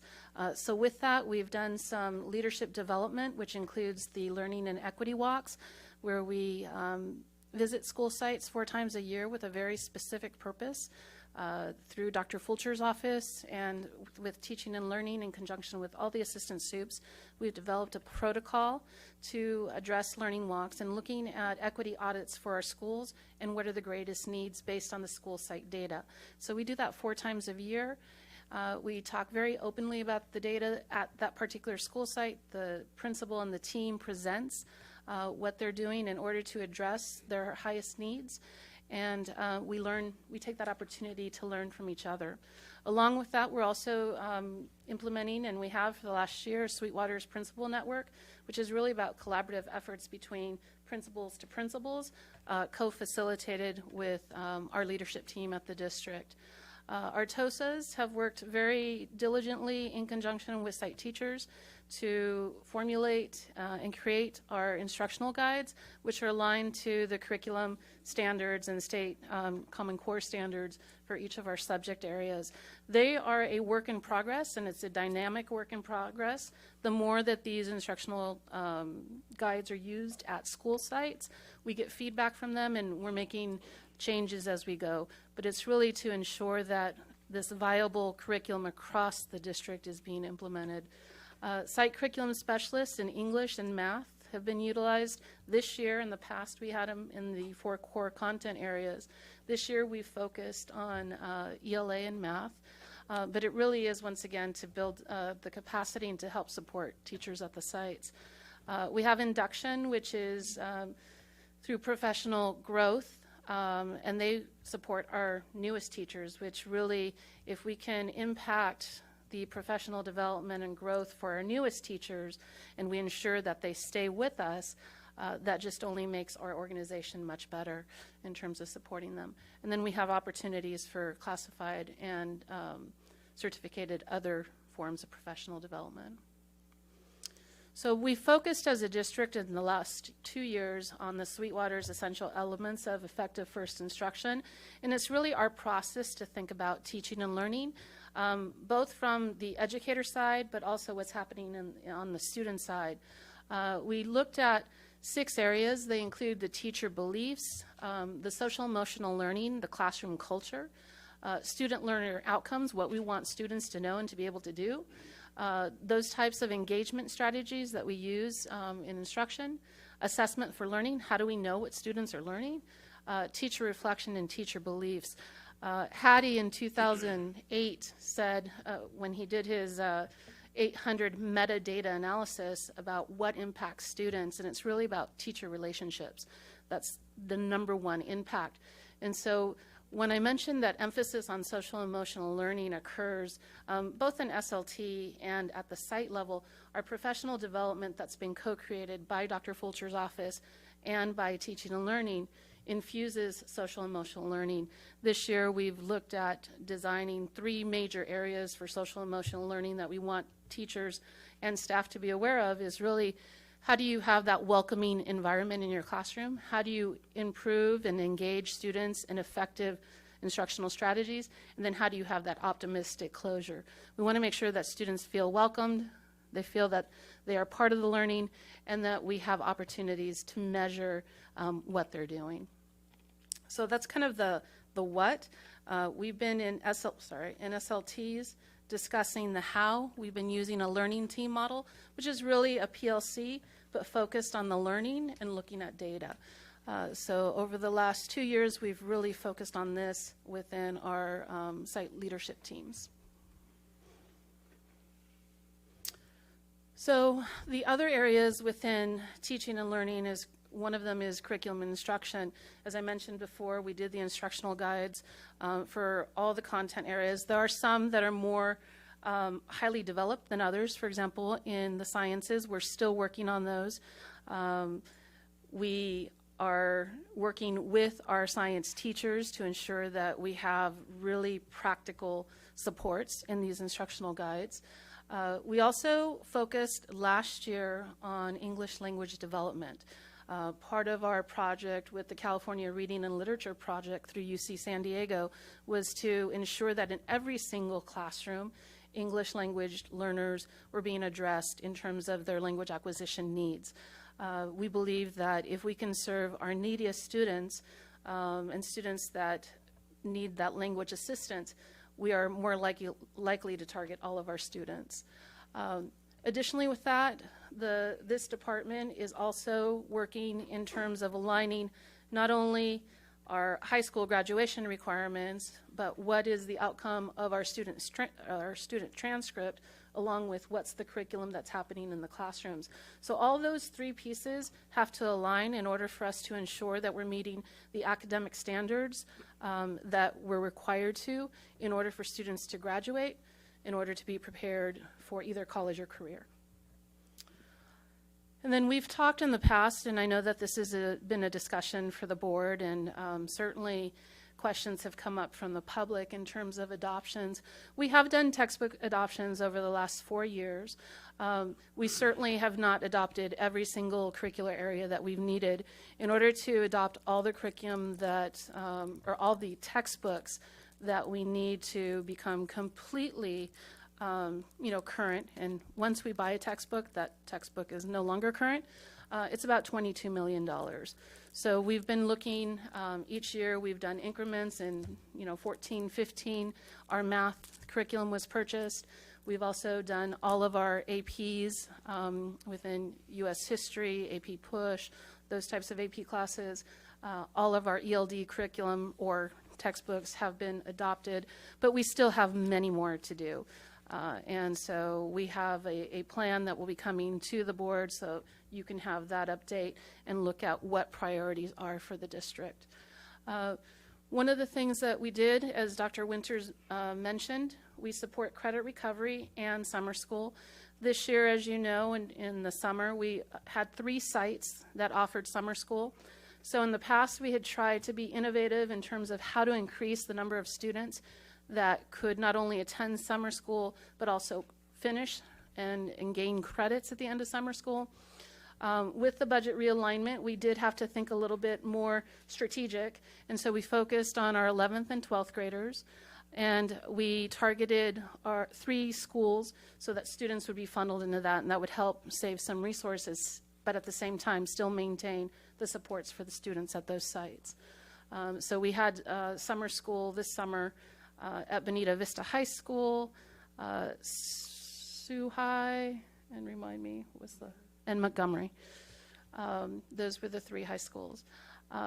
One of the elements that this department also had last year was federal program monitoring, and that's where the California Department of Education comes in and looks at all your federally funded programs, not only in the aspects of logistics, but also are you serving your students and are you compliant within that. There are 2 instructional areas that are primarily in this, and one of them is English learners, and that's looking at all aspects of English learners, the types of supports that they're receiving, the instruction, the curriculum, the teaching, our teachers credentialed, and then the second one is physical education. In all of those areas, we had no findings. We were completely compliant and meeting the state thresholds for all of those elements. And then the last part in this page is the supports for librarians and counselors. We work very closely in curriculum instruction with our teams to ensure that our libraries have the resources and materials they need, and that we're providing the training and supports for our counselors. So another area is college and career readiness and technical education. As you know, we've had the National Math and Science Initiative grant for the last 3 years. And we saw in our passage rate that although we lost a little bit in terms of the number of students who participated in NAP, our passage rate went up to 55%. That National Science Math Initiative grant really helped with looking at teaching practices within advanced placement, and then also supported with Saturday tutorials for students. Within that, we also did the Laying the Foundation training, which provided training not for AP teachers, but teachers that were in the articulated process with that, meaning so 7th, 8th grade, 9th grade teachers that were teaching the introductory courses, so that we could really have this vertical alignment of curriculum so that they knew what the final outcomes were for students to prepare them for AP. Within that, we also looked at increasing our college and career readiness and our career technical education pathways across the district. We're still working on expanding those. You saw at the beginning we had a flyer about the College and Career Expo. Every year we've done that. This year we increased it. We had just recently, September 4th, at Montgomery High School, we had colleges, universities, employers, technical education services come, and actually students got to meet with them, parents got to meet with them to kind of increase this opportunity and look at what is available for students once they graduate. We increased our participation at San Diego State for the Compact for Success for our 7th graders. This year we will be kind of reviewing that, and we are having a Compact 9th grade visit. So that will be in effect for this year, and we'll provide information for the board on that. And then this component about increasing the number of students receiving Cal grants. So that was part of the conversation that we had with Dr. Winters about the FAFSA, what was reported, and then how many students, the percentage of students that actually received the Cal Grant awards.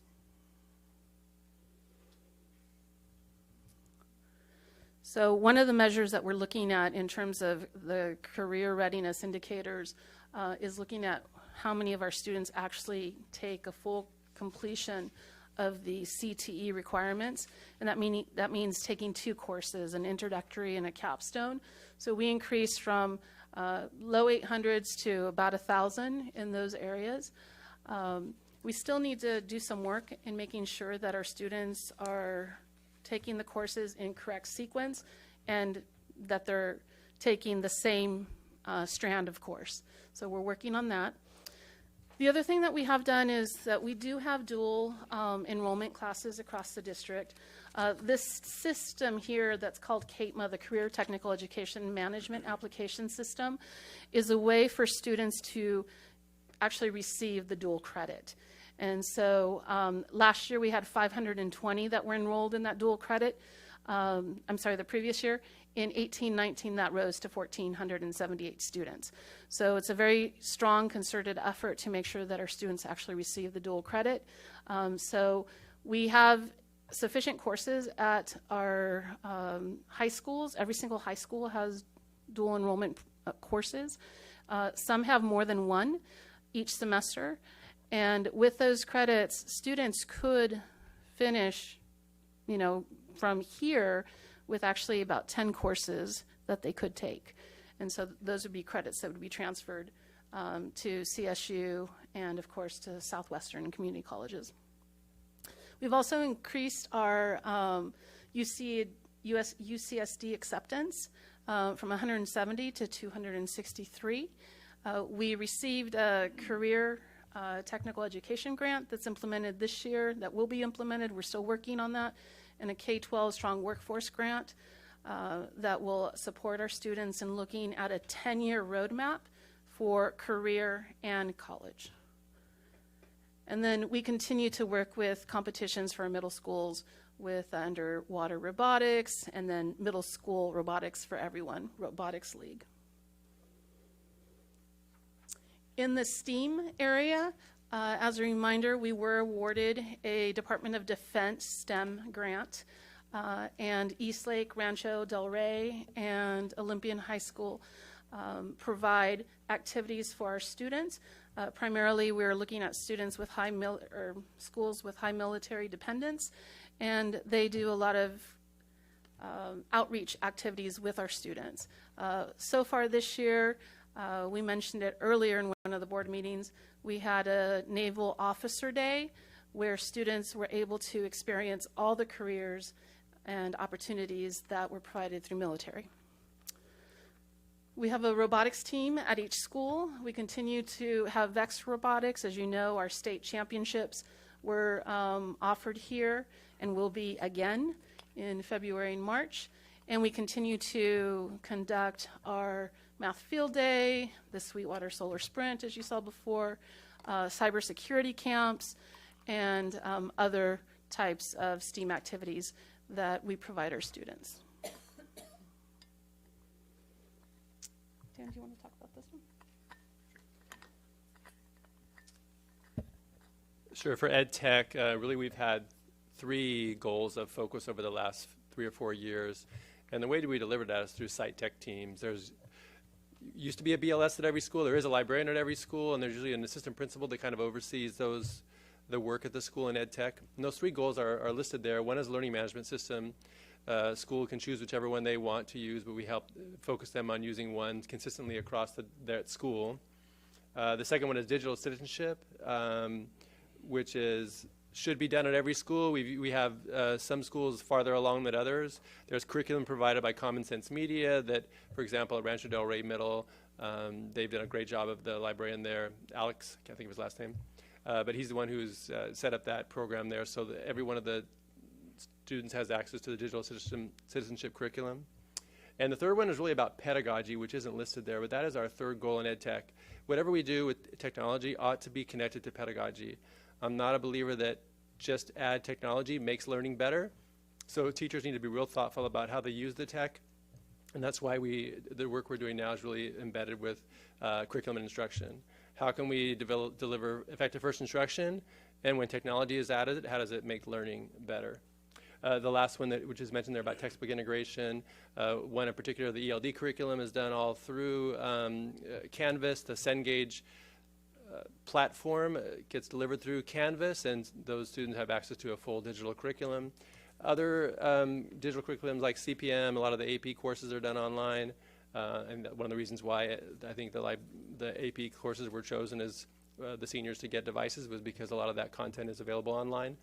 And so more and more curriculum is being offered through digital options. So that's been our focus in EdTech. And I'll do that one as well. Yeah, so I know a little bit about Arnie. So our focus really has been getting data in front of users so they can make better decisions. So Data Insights continues to grow and develop. We work real hard at going out to school sites to ask them, how are you using this and how can we make it better? And the team there is just fantastic at really modifying the data so that they can make better decisions. We don't want to just throw data at people. We want to give them data at the right time so they can make a better decision tomorrow, and that's been our goal always. We're working much closer with curriculum and instruction about formative assessment so that we really are focused on, again, quality first instruction. And one of those 6 elements is formative assessment. How do we know kids are learning, and how can we get data that tells us not in May and June, but this week and next week when they come back? What do they need to know to make better decisions about instruction? And so formative assessment connected to curriculum instruction is our goal. And that's Arnie. So the other component would be the state and federal programs. One of the programs that has been actively supported by state and federal, the curriculum was actually written by our TOSAs 2 years ago in support of this, in conjunction with looking at Avid Excel through Avid. We've looked at targeted language instruction for our 7th and 8th graders, which we offer Avid Excel. We have that now at every campus middle school across the district. We're also implementing for our long-term English learners at the high school courses that have been co-created with the TOSAs and our teachers to ensure that we're targeting those language needs of students who have been in English courses for more than 5-7 years, but are still not proficient. The other thing is that we coordinated the English Learner Master Plan that we brought forward to the board a few years ago to ensure that we're looking at not only the instructional components, but we're looking at the assessment components. We're looking at the curriculum that's aligned with the instructional practices, and also working with HR to ensure that we have the teachers that are appropriately placed. It really is a systemic look at our English learner plan for our students. And then in visual and performing arts, I asked my team to look at, what are some of your accomplishments, and one of the things that they've implemented, we don't really have a TOSAN special assignment for visual and performing arts, but we do have a director that works with our teachers very closely. And for the band courses at middle school, we've created the instructional guides. Our program this year, our goal is to continue to do that for all the arts programs. This summer, we had a Summer Arts Academy. We normally have a Summer Arts Academy. It's a week-long program. Normally, we've been going to either the Army-Navy Academy, or we've gone to Camp Marston and those types of things. This year, we decided to look at it in a different lens and keep it local. So we actually had our Summer Arts Academy at Chula Vista High School, and we had about 195 students apply. With that, I think about 145 were accepted and about 135 attended. And we had students from all over the district. It was all the visual and performing arts. So they were able to do dance, they were able to do ballet, they had mariachi, different activities, and at the end they did a performance. We believe that, one of the ways that we really reach the heart of our students is through the arts, and so this is something that we really didn't want to lose and wanted to ensure that we were able to continue this program. All students across the district had access to this. And then the other thing is that we continue to look at VAPA and the courses and the course enrollments. The course with the most impact in terms of growth was digital media, visual arts, band, and mariachi. Students are driven to the arts. We have over 20,000 students enrolled in the arts each year, and we've made a very strong concerted effort. A few years ago, the board approved, through the use of LCAP, over $230,000 for equipment for the arts to ensure that our students, each and every student, had access to the appropriate instruments needed for classroom instruction. So what are the next steps? We're still continuing to look at professional development and how we support our teams, our principals, our sites. social and emotional learning across the district, not just in SLTs, but across the district, is something that we continue to partner with Dr. Fulcher and his team. The social and emotional PD for this year is the emphasis. That doesn't mean that that happens only in SLT. SLT has not focused completely on social emotional, but it is something that we will be infusing. And then site teams across the district were brought in for full day PD to support the social emotional learning and plans at each school. We still want to focus on the leadership development, and that is not only leadership development for the administrators, but teacher leadership development. And part of that SLT process is that we do have teacher leaders that come in and co-create the design of our lessons and our time that we spend with the teams together. And then we continue to look at how we monitor each student's progress and make sure that we have this really strong cycle of continuous improvement. So questions? Thank you. Yes, I believe two people. Mr. Tarantino, you pulled this item. We have public speakers. Would you like to take them first? I didn't know that. Okay. Sorry. Let's have a public speaker. Kathleen Cheers.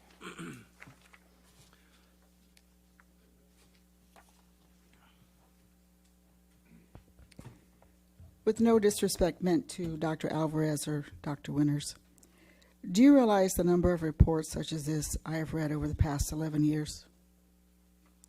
Public education is not a new concept. At one point, our district's going to get it right.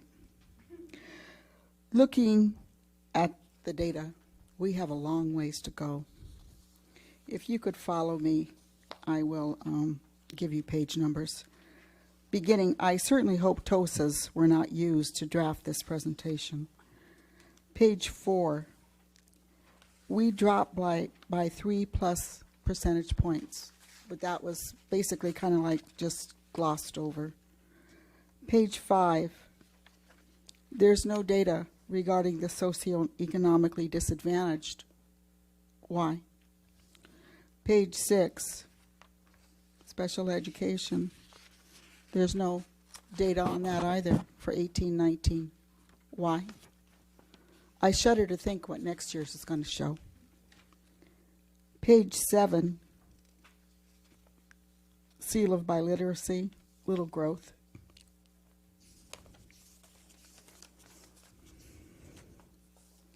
Page 12, this was very troubling to me.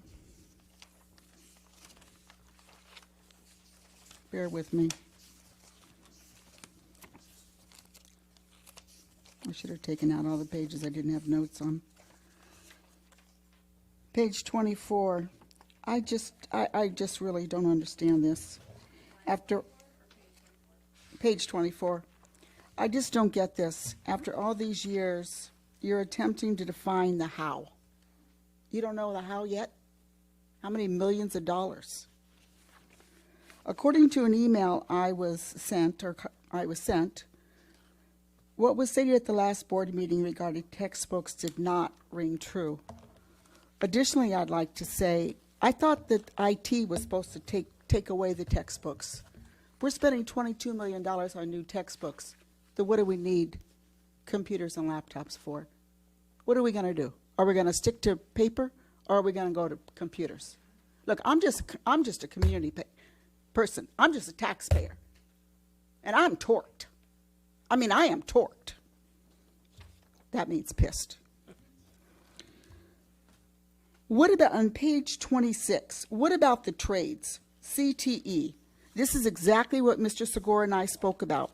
Trades are basically lost in the discussion. Page 23, words.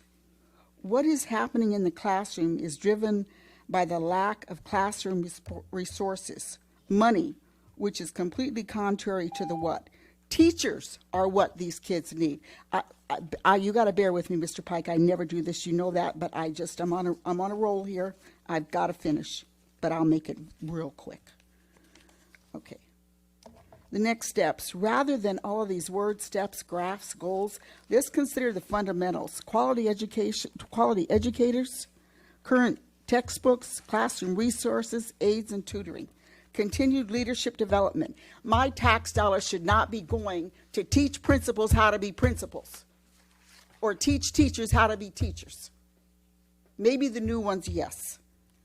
And all of the pull-out days that we're paying for with subs, teachers walk away, they don't know what the heck, they have not learned anything.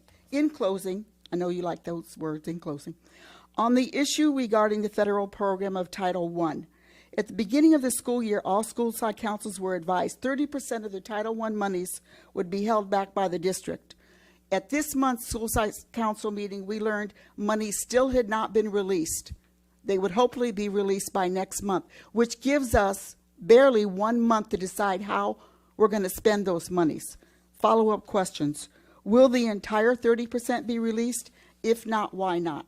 Is there a report from the federal government that shows the total amount the district receives? Is there a report the district sends to the federal government identifying the total amount each site receives? Where can I obtain that? A copy. And this is the most important thing. In closing, I see Dr. Alvarez is now a proud member of the Gray Society. If you are interested, Dr. Alvarez, in a more elite specialized lavender society, look me up. I've got some great purple shampoo. Thank you very much. Thank you. Any other speakers? Chris Elam.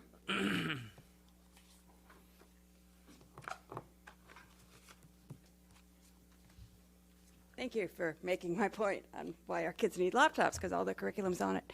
I really just want to say I quit and say screw it and walk out. I'm just so frustrated. And I'm not trying to be unprofessional. I'm really not. I'm just really frustrated that my kids are not getting what they need. And if we just talk in circles and there's just lies like this, oh, this report, yeah, it's not correct, but we'll get you the information. The one thing on my list of all the various things I really want to hit on is SLT, because Ms. Cheers just summed it up in terms of we walk out of there going, what? What was the purpose of that? That was pointless. And people who are on SLT, nobody wants to be on SLT anymore, and now in order to be on SLT, you have to be on FAC. So we can't get people to even be on FAC because they see SLT as pointless and they don't want to be pulled out from their classrooms to go to pointless training that doesn't help their students. So now we've got this whole thing, and Tom Leet, I think, spoke on at the first meeting about how he quit FAC in order to avoid going to SLT because we don't see a purpose in it, but we're forced to go. So we're having all these conflicts at sites because it's like, you know, knows, and who can be forced to go to SLT because the training's so pointless and we're spending so much money on it. And it's the number of pullouts and class coverage and lack of subs. And I quit. I'm done. No further speakers. Mr. Tarantino, you pulled this item. Yes, a couple of questions. First of all, Dr. Winters, there was no mention of graduation rates. Is that because it's a little bit too early to formulate that information, or are we just going to skip it this year? Yeah, no, we're not skipping it. Indeed, it's a little early to have confirmed graduation rates, and that goes under LCAP goal number 2. Oh, okay. So when that's reported, you'll see the details of that data. Okay, thank you. Sure. And a point of clarification from what we hear constantly from members of the community and teachers. Is there, in fact, opportunities for credit recovery occurring in the district now? And can you talk about either the lack of funding to support AP testing or the difference between last year and this year? Because it seems to be that we've gone from completely paying for AP tests to now we're not even paying anything for AP tests. Thank you, Dr. Alvarez. I'm going to address the AP test question first. So this year, the College Board did change the process and procedures that they use in terms of collecting for the AP test. In the past, if students didn't take an AP test, there would not be such a penalty. This year, for every student who enrolls in an AP exam, if they do not take that exam, it's an automatic $40 that we have to pay. We meaning Meaning either the district? student or the district, depending on where that funding is coming from. So in past years, I'm going to say 3-4 years ago, Title IV allowed us to provide subsidies for students. And at some point, the state would also reimburse us at a certain percentage. That doesn't really happen anymore, although last year we did apply, and we were given a Title IV grant. And with that and the College and Career Readiness Block Grant, we were able to subsidize the AP tests for our free and reduced students. The So I entire think amount, $85 they or paid whatever? $10, we paid the $75. Okay. So this year, when we weren't sure if we were going to receive the Title IV allocation, we weren't guaranteed that, and in fact, we just got confirmation that we will be receiving the Title IV. When we initially had the information and sites had to do the enrollment, we told them that students would have to pay $40, and then we would look at reimbursement for free and reduced lunch students. And so that will be what we will be doing now that we have the actual grant. Okay. That we didn't have previously. Okay. So in terms of credit recovery, is there credit recovery occurring on campuses this year? Yes. So we've allocated through LCAP credit recovery at all sites. Each site has a specific amount that's attributed to providing the credit recovery.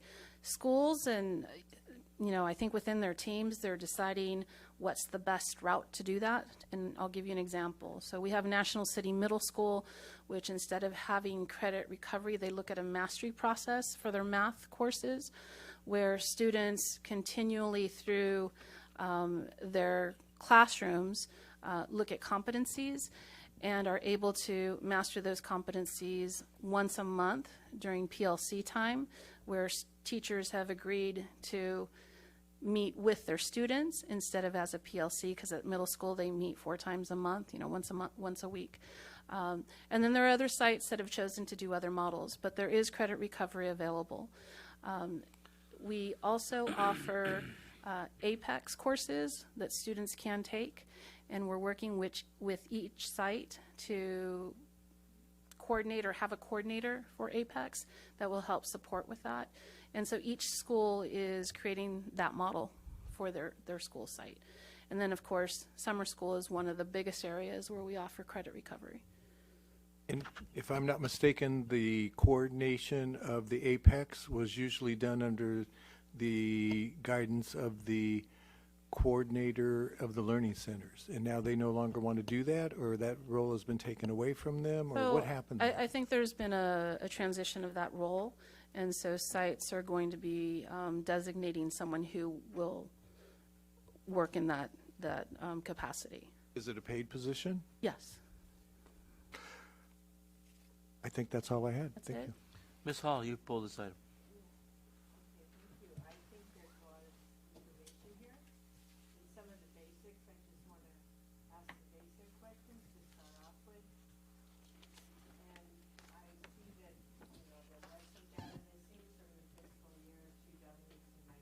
Could you turn on your mic, please? Thank you.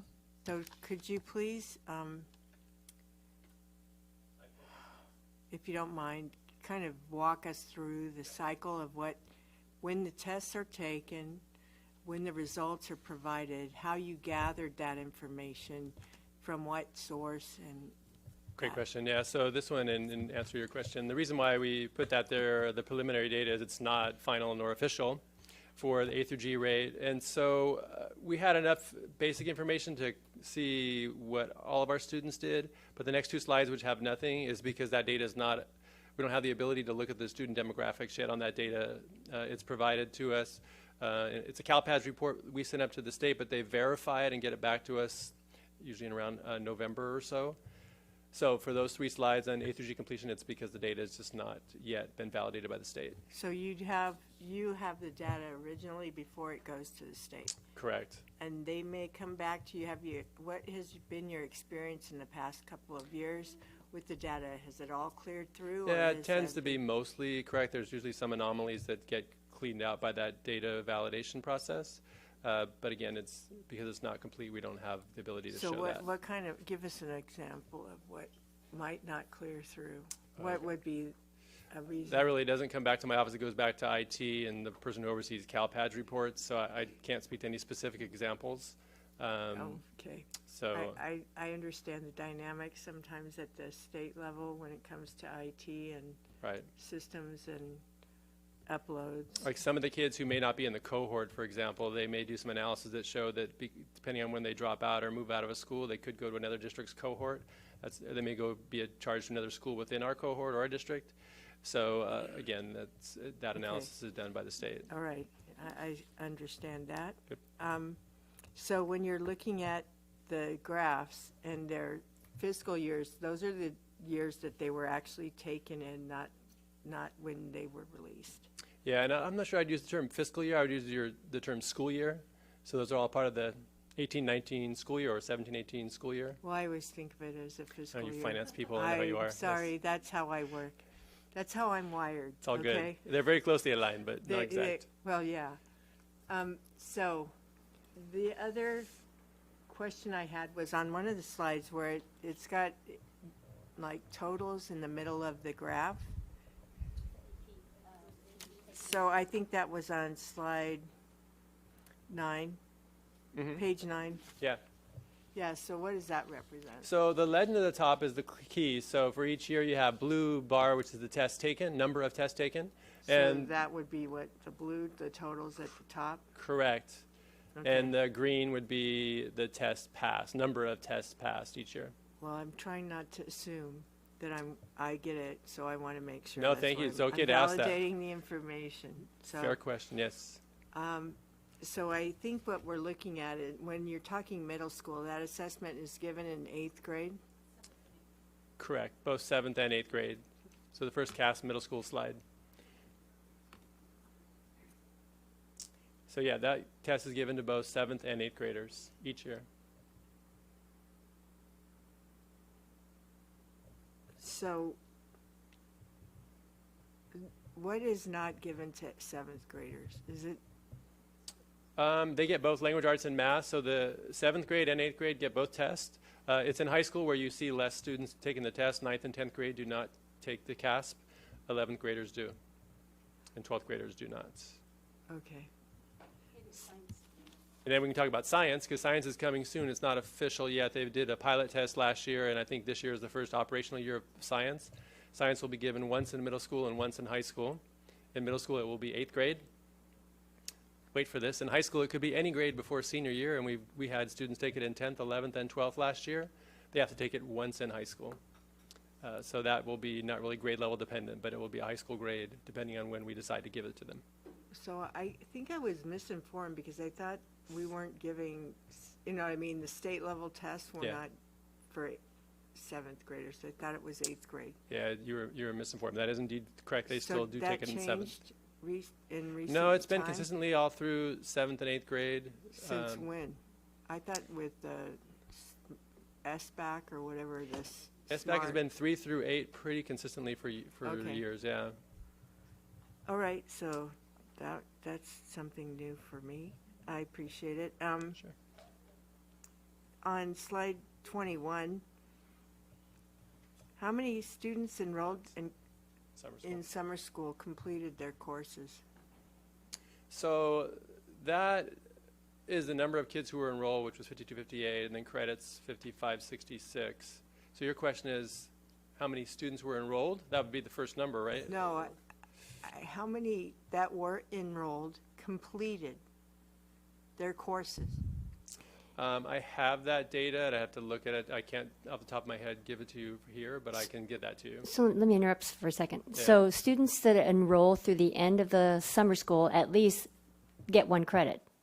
Isn't that true for all students who finish the? I would assume, I remember in the past, I think this is still true, you don't Yeah. get an F, you just disappear from the rolls. So yes, if you finished it, you got a credit. Right. It's the definition of finishing.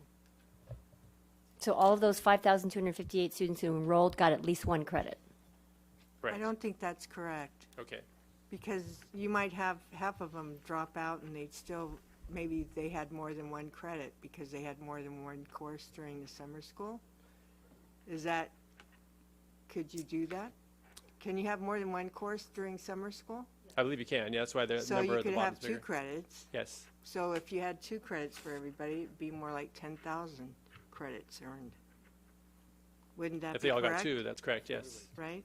Mhm. So that's why I'm asking the question of how many completed the course, so I understand that information, because I don't think everybody that enrolls does complete it. You're exactly correct. I think the question to ask is how many kids dropped out and didn't finish that started, and certainly that's a bigger number than 52, 58. I don't have that number, but I could look that up Okay. and provide it. Well, that's a way to ask it, then I'll ask it that way, please. Fair Okay? enough. And can we have the data by site?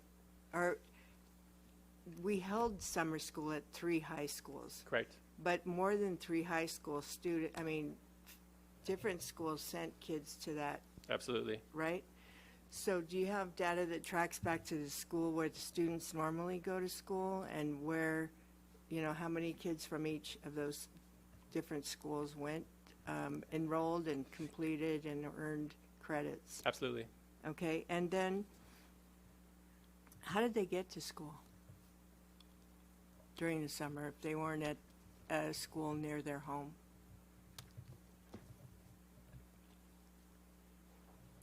So other than students that were enrolled in extended school year, which are students with disabilities, students provided their own transportation as they have over the last, well, actually, all summer school.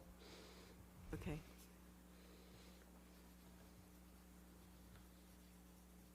All right, thank you. That's why we tried to be strategic in our locations for summer school sites, so that students would have access. And can you give us the information on what we expended on summer school this year? Sure. So we utilized 2 resources for summer school. One of them was the Low Performing School Block Grant. We looked at targeting students that had not met standard, and that was about $600,000. And then on top of that, through LCAP, we funded about $1.3 million for summer school. So for a total of 1.9. The LCAP, you mean LCFF funds? No, a supplemental, variety of, supplemental and concentration. So LCFF. Mm-hmm.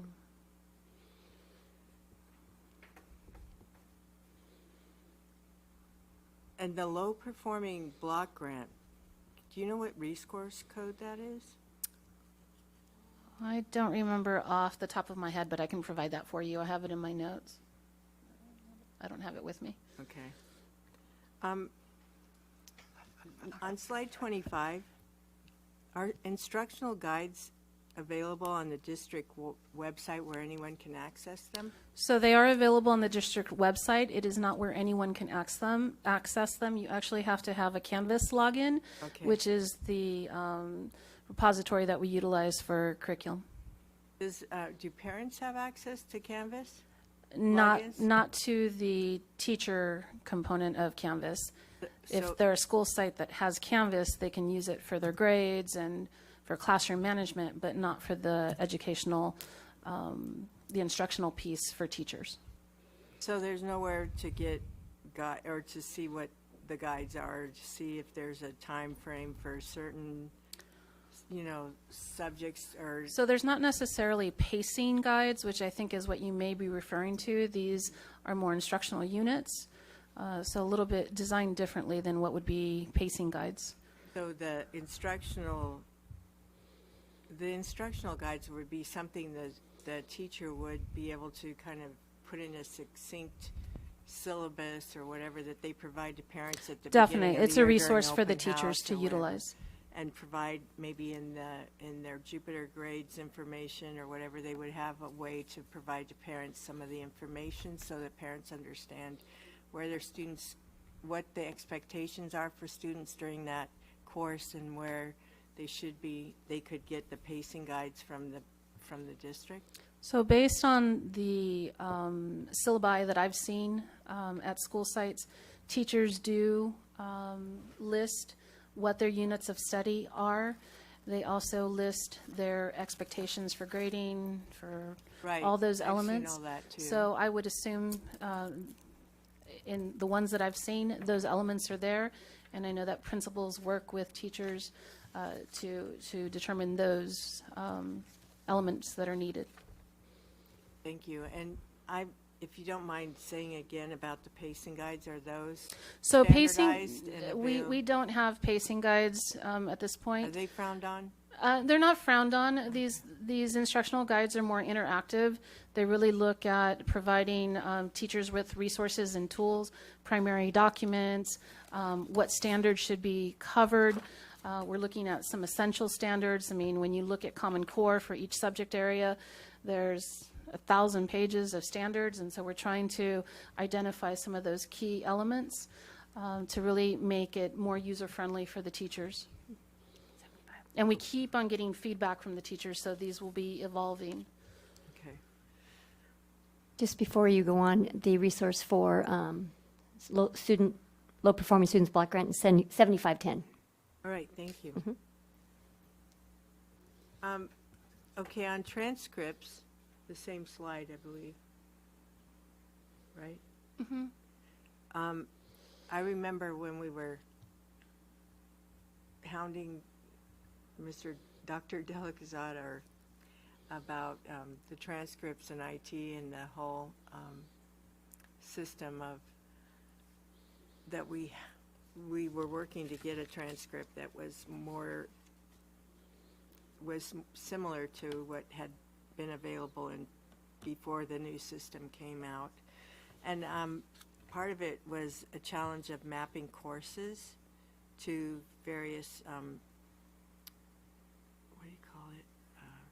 Graduation requirements or requirements. Exactly. Mm-hmm. So is there a process to modify those, any new courses, or regularly update those items and review them so that we're not ever caught behind like we were when we initially so we converted? weren't caught behind. It's that when we implemented Infinite Campus had a standard template for Right, I know that, but we still have a lot of mapping so to with go. that, we actually had to physically go in and map every single course for every single option. And so when you talk about the approach, informational technology team, curriculum and instruction, and college and career readiness teams, along with counselors, work together to map out every single course in our district in order for it to qualify for graduation requirements, and then our A through G requirements, and any other additional element that we added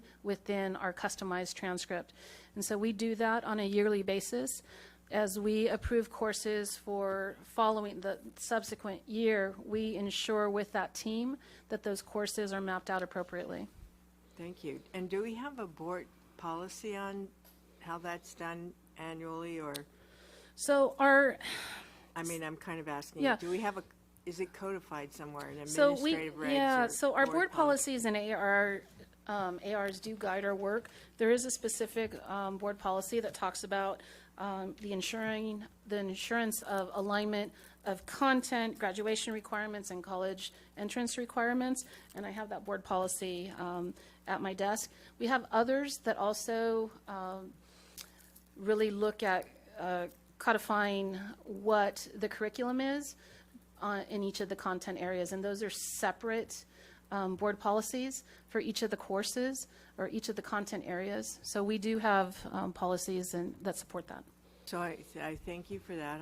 I know that it was a huge task because we converted to Infinite Campus, and there was a whole effort, and it turned out to be pretty successful. So I thank everybody that was involved in that.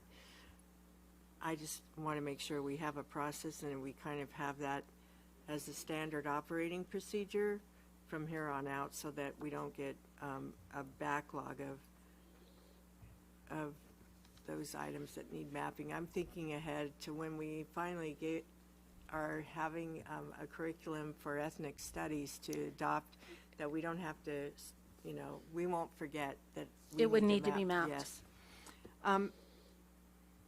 I forgot, I think you addressed this about the federal monitoring and whether or not it was just those two programs that were monitored, the EL and the PE. Those were the two curricular areas that were monitored. Okay, curricular. So we had federal program monitoring in CTE, in compliance, across all the instructional areas. But in terms of curriculum, those were the two that were monitored. Okay, thank you. And I would, on the slides too, the last bullet point, how many certificated permanent librarians does the district have right now? So we have one at each middle school and one at each high school, so it's 23 that we have. Are they all full-time? They are all full-time. They're certificated? They are certificated. They're actually called teacher librarians in our district. Right, because they do some They are classroom and they are interactive credentialed, with- yes. Yeah. They're actually a great resource. Well, and I'm glad to hear that. Yeah, we have I'm not. very glad to hear that. That's been a high level of focus for us in our LCAP, is to ensure that the libraries are open before and after school and that they're providing those services. Okay. What are the actual numbers by fiscal year of students with dual enrollment? I think So I would have to provide those for you. We did a board presentation 2 years ago with the community college when we were doing the joint board presentation that we shared that data. I can provide that data. I just don't have that with me right now. But we don't have it up. Could you update it with the latest? So it would be, we would add the Thank 18-19 you. school year. Thank Yes. you.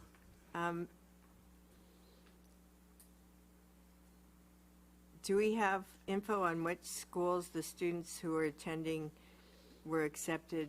I mean, do we have the students that were accepted to UCSD? Do you have the data on where they were attending high school? Yes, we actually have, for both UCSD and San Diego State, we have those that were accepted and what schools they attended. Are So- we making it, I believe we've discussed this, especially at the joint meeting with Southwestern, but I think our goal was to try and track somewhat, if to try and develop a system to track the students once they leave our district and are into college, that we could understand how they are successful or the challenges they might face. And have we been able to make any So through progress in that effort? through the National Clearinghouse, and Dr.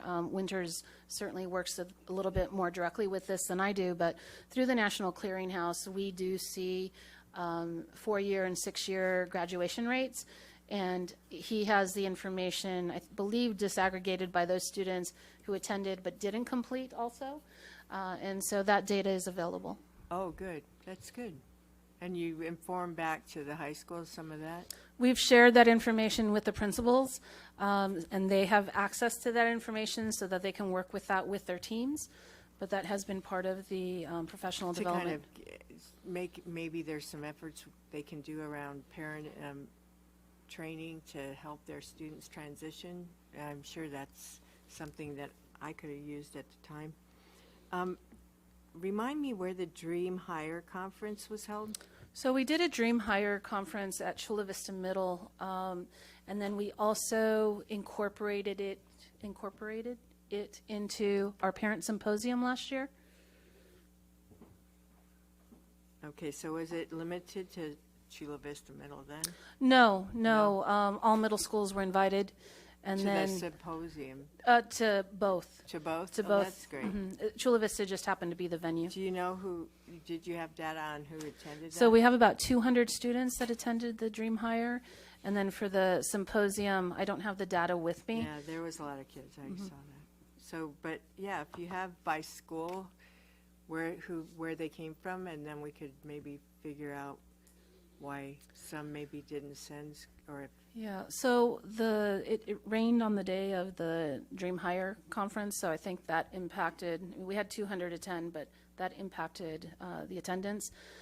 We are this year, I think, planning on folding that into the parent-student community symposium, so that parents and students would attend together. How long did it last? The Dream Hire was about 2 hours. The parent symposium was half a day. Thank you. And on slide number 28, what schools have maker spaces? So all of our middle schools actually have maker spaces, except for our non-Title I schools. So maker spaces were purchased for school sites that were Title I with alternative ed supports monies to ensure and to support some mathematical practices and engineering practices for students. And so all those schools.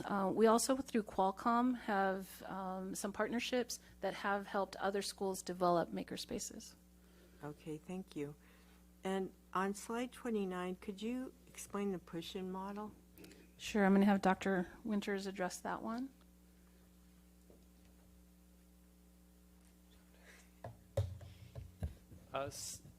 Thank you. So the curriculum instruction push-in model, I believe that refers to the fact, as I mentioned before, that the work we do in ed tech with previously the blended learning specialists and now really the curriculum TOSAs is to infuse technology with pedagogy. And so it's not like we pull kids out to do tech separate from their classroom. It's building tech into the classroom instruction, beginning with how you plan instruction and infusing technology within each lesson. So basically, it's not about a TOSA going to a school and going into the classroom to help a teacher with their curriculum that they may not be comfortable with using the technology. It's basically you're training the teacher doing the push-in of the technology. Yeah, I mean, it could be both. TOSAs can and have gone out to classrooms to coach teachers that need it. Most of their work, though, is done in a planning, given that there's one TOSA for like the entire English department across the district. They tend to work more at PLC level to help support the planning of instruction. And the coaching would be done more by the site curriculum specialist. That's what I... Exactly, yeah. Okay, So, and then there's technology. Each school has a tech team? yeah, that tech team I mentioned before would have been the BLS, and some schools still have BLS, though not many, because they have to fund it with their site budget. It's not provided for by the district anymore. But there's a librarian, there's an assistant principal, and some schools have other voluntary teachers who just have a real desire to do tech integration, and so they create a tech team at each site with those personnel, sometimes more. So BLS stands for? Yes, Blended Learning Specialist. Thank Sorry, you. acronym alerts. I'm kind of like, I forget these things. No, that's okay. There's too many. All right, and on slide 39, was that CSI? Was that the grant or the? See, comprehensive support. Right. Comprehensive school improvement. Yeah, so ultimately, who manages that? So I've overseen and supported the sites in their CSI and TSI plans, the targeted supports. What we did for each school was a thorough needs assessment, depending on what their needs were, and every school had a team that was a part of that needs assessment, root cause analysis, and then subsequent plan. And so I'm still overseeing not only the plans, but the expenditure of those funds and the implementation of their plan throughout this school year. Thank you. That was my question, so you answered I read your it mind, great. yes. And I think the other ones are fine. So thank you very much. Thank you. Dr. Janney. Just for clarification for the people in the audience who's left, I can't remember who asked this question, if it was Mrs. Cheers or Chris Elam. So we always get our title funds, Title 1, 2, 3, and 4 in the fall. It's always been that way. And in the past, we have given schools a portion of their allotment, what we anticipate that they're getting. This year, we held back a little more than normal, just to be very conservative. And so all schools should be getting those. We just got those apportionments from the state, from the feds, or the state just got them from the feds. And we should be getting those soon. So they should be back at the school sites by the time they come back from break.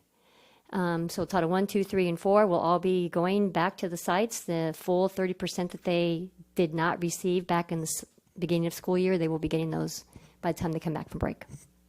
Thank you. But that's not uncommon. Just wanted to say that. Okay. All right, let's go to G3, pulled by Ms. Hall. Okay. Thank you.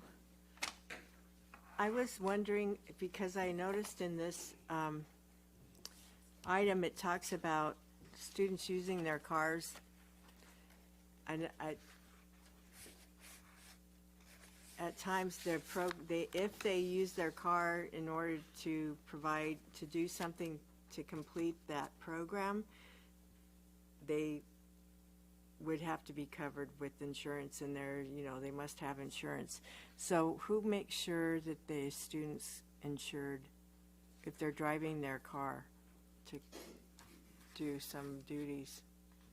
it was my understanding that's part of the agreement, but in the past, they weren't doing, they weren't using their car to do any kind of work for the program. They were just using their car possibly to get to Frederica Manor, the to and from, but not during the course of the day or whatever time they were doing the work. So who monitors that?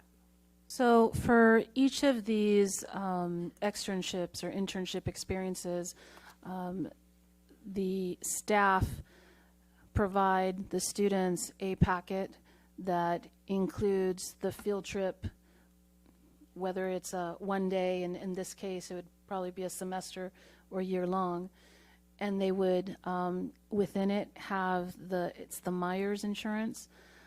They would have to purchase that piece if they don't have the appropriate level of insurance. And then Ms. Cardi, you're going to add a little bit more to that. So I think the provision you're talking about a student driving it. What do you call it? Driving insurance, auto insurance, and at least when we originally did the check 3 years ago in 2016 when we brought this forward, it was confirmed at the time that the only travel that was being done was students going to Frederica Manor. The nature of the externship and really the following folks around and doing the job shadowing doesn't entail, or at least it didn't, and it wouldn't probably be consistent with our HR practices to allow students to run errands or do anything of that nature. That's when they would have, under this agreement, it says if they do anything other than travel to and from, they would have to have auto insurance. And I think that we, at the time, had talked to them about the fact that we didn't want to have to provide that because obviously students weren't doing anything beyond that. So absent a change in policy with Frederica Manors, we're not doing anything other than students going, shadowing, and leaving. And who monitors the program? So the program is monitored by College and Career Readiness Office, CTE. So they periodically go out and visit the They do. students They do while site they're visits. doing this work. Okay, thank you. That's all. Okay, I'll entertain a motion. So move. I'll second. Hall? Yes. Solis? Yes. Pike? Yes. Tarantino? Yes. Motion passes 4 yes, 1 absent. G4. I'm not going to go Ms. into- Hall. I'll pass on that one. Thank you. Okay. I'll make a motion. Second. Hall? Yes. Solis? Yes. Pike? Yes. Tarantino? Yes. Motion passes 4 yes, 1 absent. Okay. Let's go to H2, pulled by Ms. Hall. Thank you.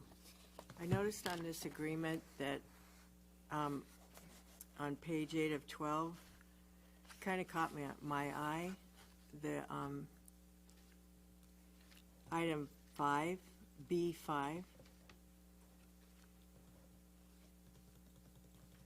I mean, all the different levels under item B, are those really sufficient, do you believe? Levels of insurance coverage for the risk? Well, I'm asking, I don't know who to ask. Well, Penny? some of these things, I know that for our district, we've had to do considerable expense around some of these different types of issues, considering our Anybody answer that liability. question? Dr. Walter? I'll certainly start. We created this agreement 2 to 3 years ago. I think when I came to the district, we were using a different form. It was the level we decided at that time was appropriate for the site and the district and the staff to be covered. I don't think any changes have been made to this agreement in a few years, other than the kind of services we're offering. The recommendation, based on your question, I would have to investigate further, but I would surmise it's the adequate amount of insurance needed to cover B5.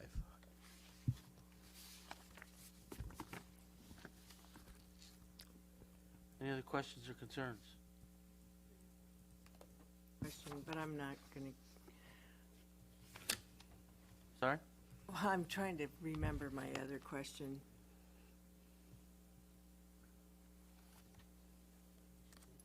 Yes. Are you the only signature on this contract? I'm kind of confused by it because it only lists your name. Yeah, there's if you look a little further down on that page, there are some signature blocks that haven't been added. They will be, and so we'll have our CFO sign in that section. Okay. That was an omission. All right, and what was I going to say? Is there a plan to bring this before September from now on? Because this contract period is already into us almost 3 months in. Yeah, we start negotiating fairly early in the summer. And this year it was a little different because there was some back and forth that occurred. We were negotiating a lower amount, which we ended up getting. We were also looking at the possibility of some other options, district options with regards to housing this program. So we decided to stay where we are, or keep the program where it is for this year, but we'll be looking at other options in the out year. Don't know what that'll look like, but if they stay in their current location, then absolutely we'll have the contract in place and before the board at an earlier period. So this is a set amount. This isn't like however many students we have, we're going to pay per student this fee. It's almost $1 million we're paying to rent this facility, basically. Yeah, it's a huge expense, and it was over $1 million the last couple of years. And the reason it's a set amount is because we're paying for primarily facilities. And with those facility costs come a certain amount of overhead, obviously, that we're responsible for helping with. In the contract, it indicates they being New Alternatives, will cover some of the utilities, but in essence, indirectly, you can probably imagine that some of what we're paying for facilities use goes towards those costs as well. They're also providing behavior specialists? Yes, these are the staff that work at New Alternatives. They support those students by day and sometimes at night. Those same staff are also, to maintain continuity and stability, those same staff, and these are classified staff primarily, but they're working with the students at Alta Vista Academy. When we have situations where concurrent enrollment exists and those students attend maybe one of our district schools for part or the full day, those staff, which are specially trained specialists, will accompany those students to the sites. And the reason we've maintained this arrangement is because we don't right now have the staff at the skill level needed to work with some of the extreme challenges that these students exhibit. And the number of kids in Alta Vista, New Alternatives, or Alta Vista Academy, pardon me, that can fluctuate throughout the year, or is it pretty consistent in the numbers of students served? It fluctuates. We get a number of students moving in and sometimes out. And the one thing we've done this year, we've opened enrollment to district sites. In the past, many of those students came by way of a county. When I say county, I mean San Diego County referral. These students mostly have a CASA or a court-appointed surrogate who's working with the family. So in many cases, they're at the top level in terms of need. This year, we are sending, and I think it's about 50-50 in terms of the enrollment. Half of the students enrolled are actually students that we're attempting to serve who attend a comprehensive campus or who had attended a comprehensive campus. It's another option we're making available for students in our district. And our staff teaches at Yes. this, right. Okay. So who evaluates the behavior specialist to ensure that they are qualified or that they are doing the right things with our students? It's a partnership that's existed for a few years. Obviously, the principal of Alta Vista Academy works with the director and the assistant director from New Alternatives, and together they evaluate or make sure the staff that's brought on board meet all the qualifications for working with our students. The teachers also provide input and feedback to the principal so they can share whatever feedback is needed or input is necessary for any particular staff, classified staff in this case. All right, thank you. That's all. Okay, if there's no more further, I'll entertain a motion. I'll move approval. Second? Hall? Yes. Solis? Yes. Pike? Yes. Tarantino? Yes. Motion passes 4 yes, 1 absent. Okay, we're going to go to H3. Pulled by Hall and Tarantino. I'll let Mr. Tarantino go first. Okay. Please. I just had a question in terms of what's the average number of tutoring hours a student receives? Is there such a thing, or is that based on IEP need, or is there just they start off with? And then the second part of my question would be: at what point, what criteria is used to determine that the student doesn't need tutoring anymore? So there's a number of ways to respond. If you look at this item a little closely, you'll see that it's an item that's specific to a settlement agreement. Typically what happens is that those services are agreed upon before something a little more, what's the word I'm looking for? Before a mediation or due process occurs. So the settlement was agreed upon. The services could vary based on the arrangements of that settlement. So there could be a few sessions, there could be 5, there could be 10, and typically it's monitored by the IEP team for completion, not necessarily effect, but for completion. Okay, I missed the part. I thought this was an open. The reason we're bringing it is because it's a new non-public agency. It's not one that we brought before you, Right. I think, on May 13th. Right. Okay. Thank you. That's all. That's all. Thank you. So you're adding this name of this agency to the. Yes. And it's not increasing any cost. You already put in this. You set aside the 6.1 million to address all the needs under these different agencies that might be availed to help our students. Yes, That's right. that's correct. So,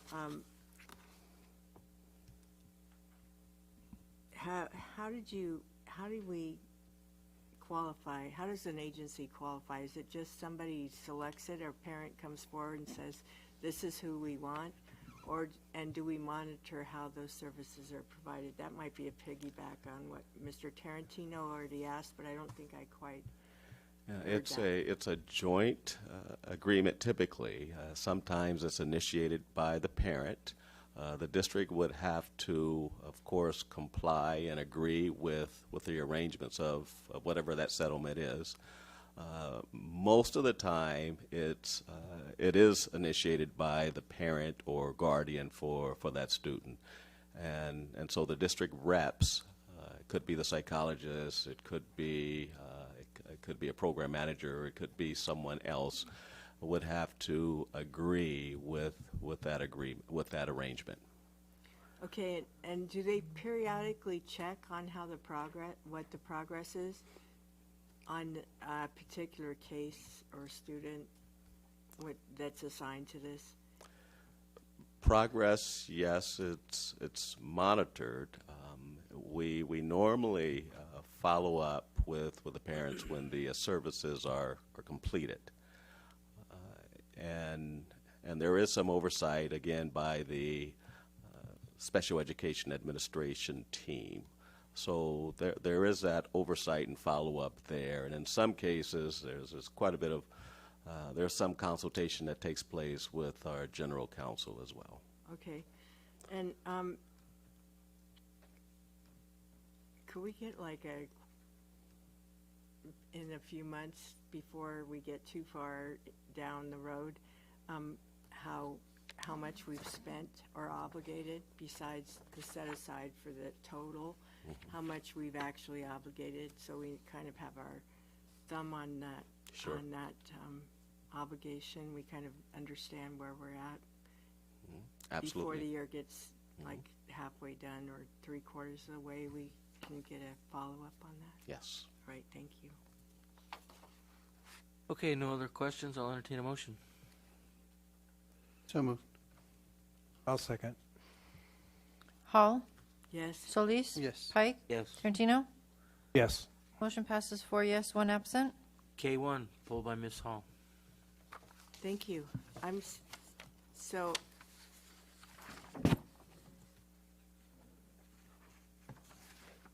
when I looked at the purchase orders, the ratifications and things like that, I was seeing a lot. I mean, it was quite a big number on item N1, so I'm just coming back to this to kind of get a sense of where we expect our cash flow to be.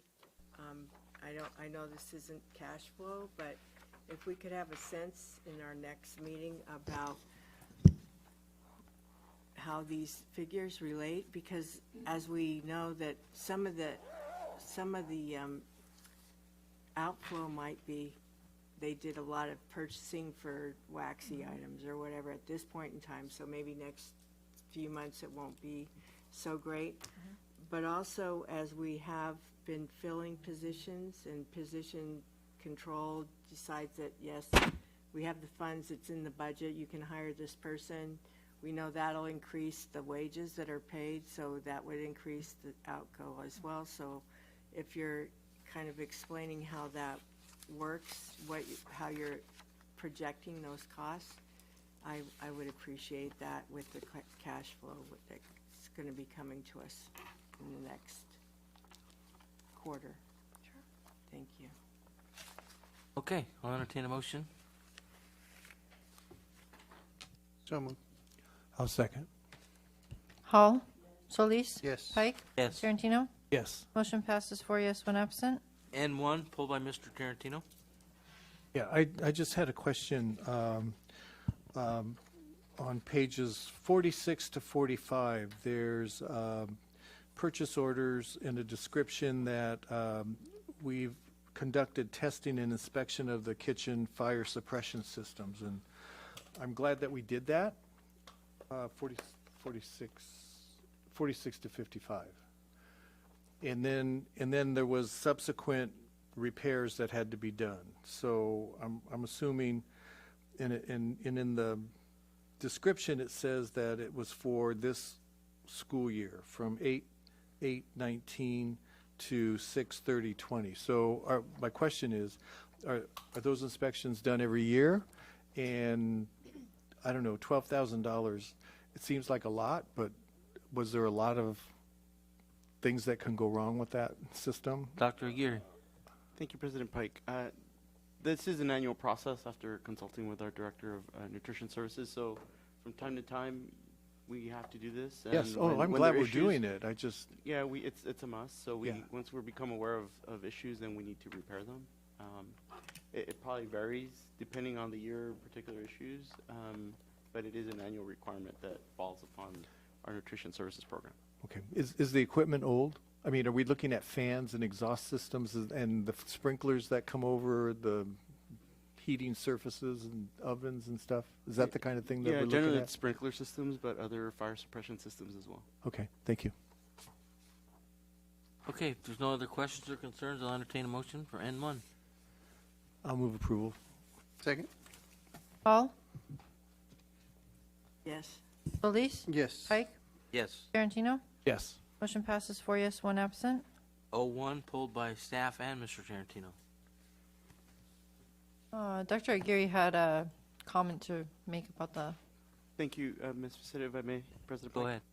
ahead. Subsequent to the posting, there was a request for further edit made by the City of Imperial Beach. It's on page 3, section 5. It doesn't impact the district's portion. It's more of what happens over on the City of Imperial Beach's portion. So I'll read into the record the request that was made. Can that item be? Are you on the agreement or MOU? On the MOU. Thank you for that clarification. Page 3. 3, section 5.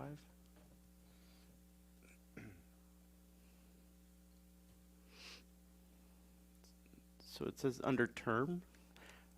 It currently states that it's the first sentence in essence where this MOU shall become effective, commencing on the date of this document is fully executed by both parties and lasts for 5 years, comma, with 4 renewal periods of additional 5 years, which the city and the SUHSD will have approved by their respective governing bodies.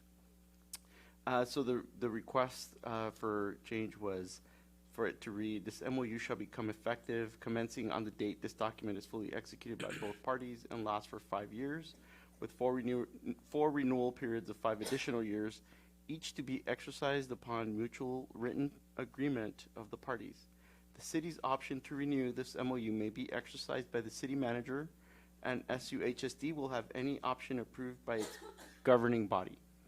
This MOU is not a lease, does not create or convey an easement, and so then it kind of continues with that, the other sentence. So in essence, what it does is it conveys the ability for the city to have this agreement approved by its city manager.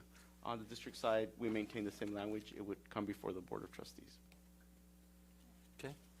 Yes. I think the one thing they did add for us is if for some reason in the next 25 years, the board for some reason were to delegate authority for amendments to be approved by either the assistant superintendent or Jenny Sockhild or anyone in the room, it would allow us to follow that rule without having to come back to the board for approval. So it puts in flexibility for both of us in that, and we had intended to bring that language forward.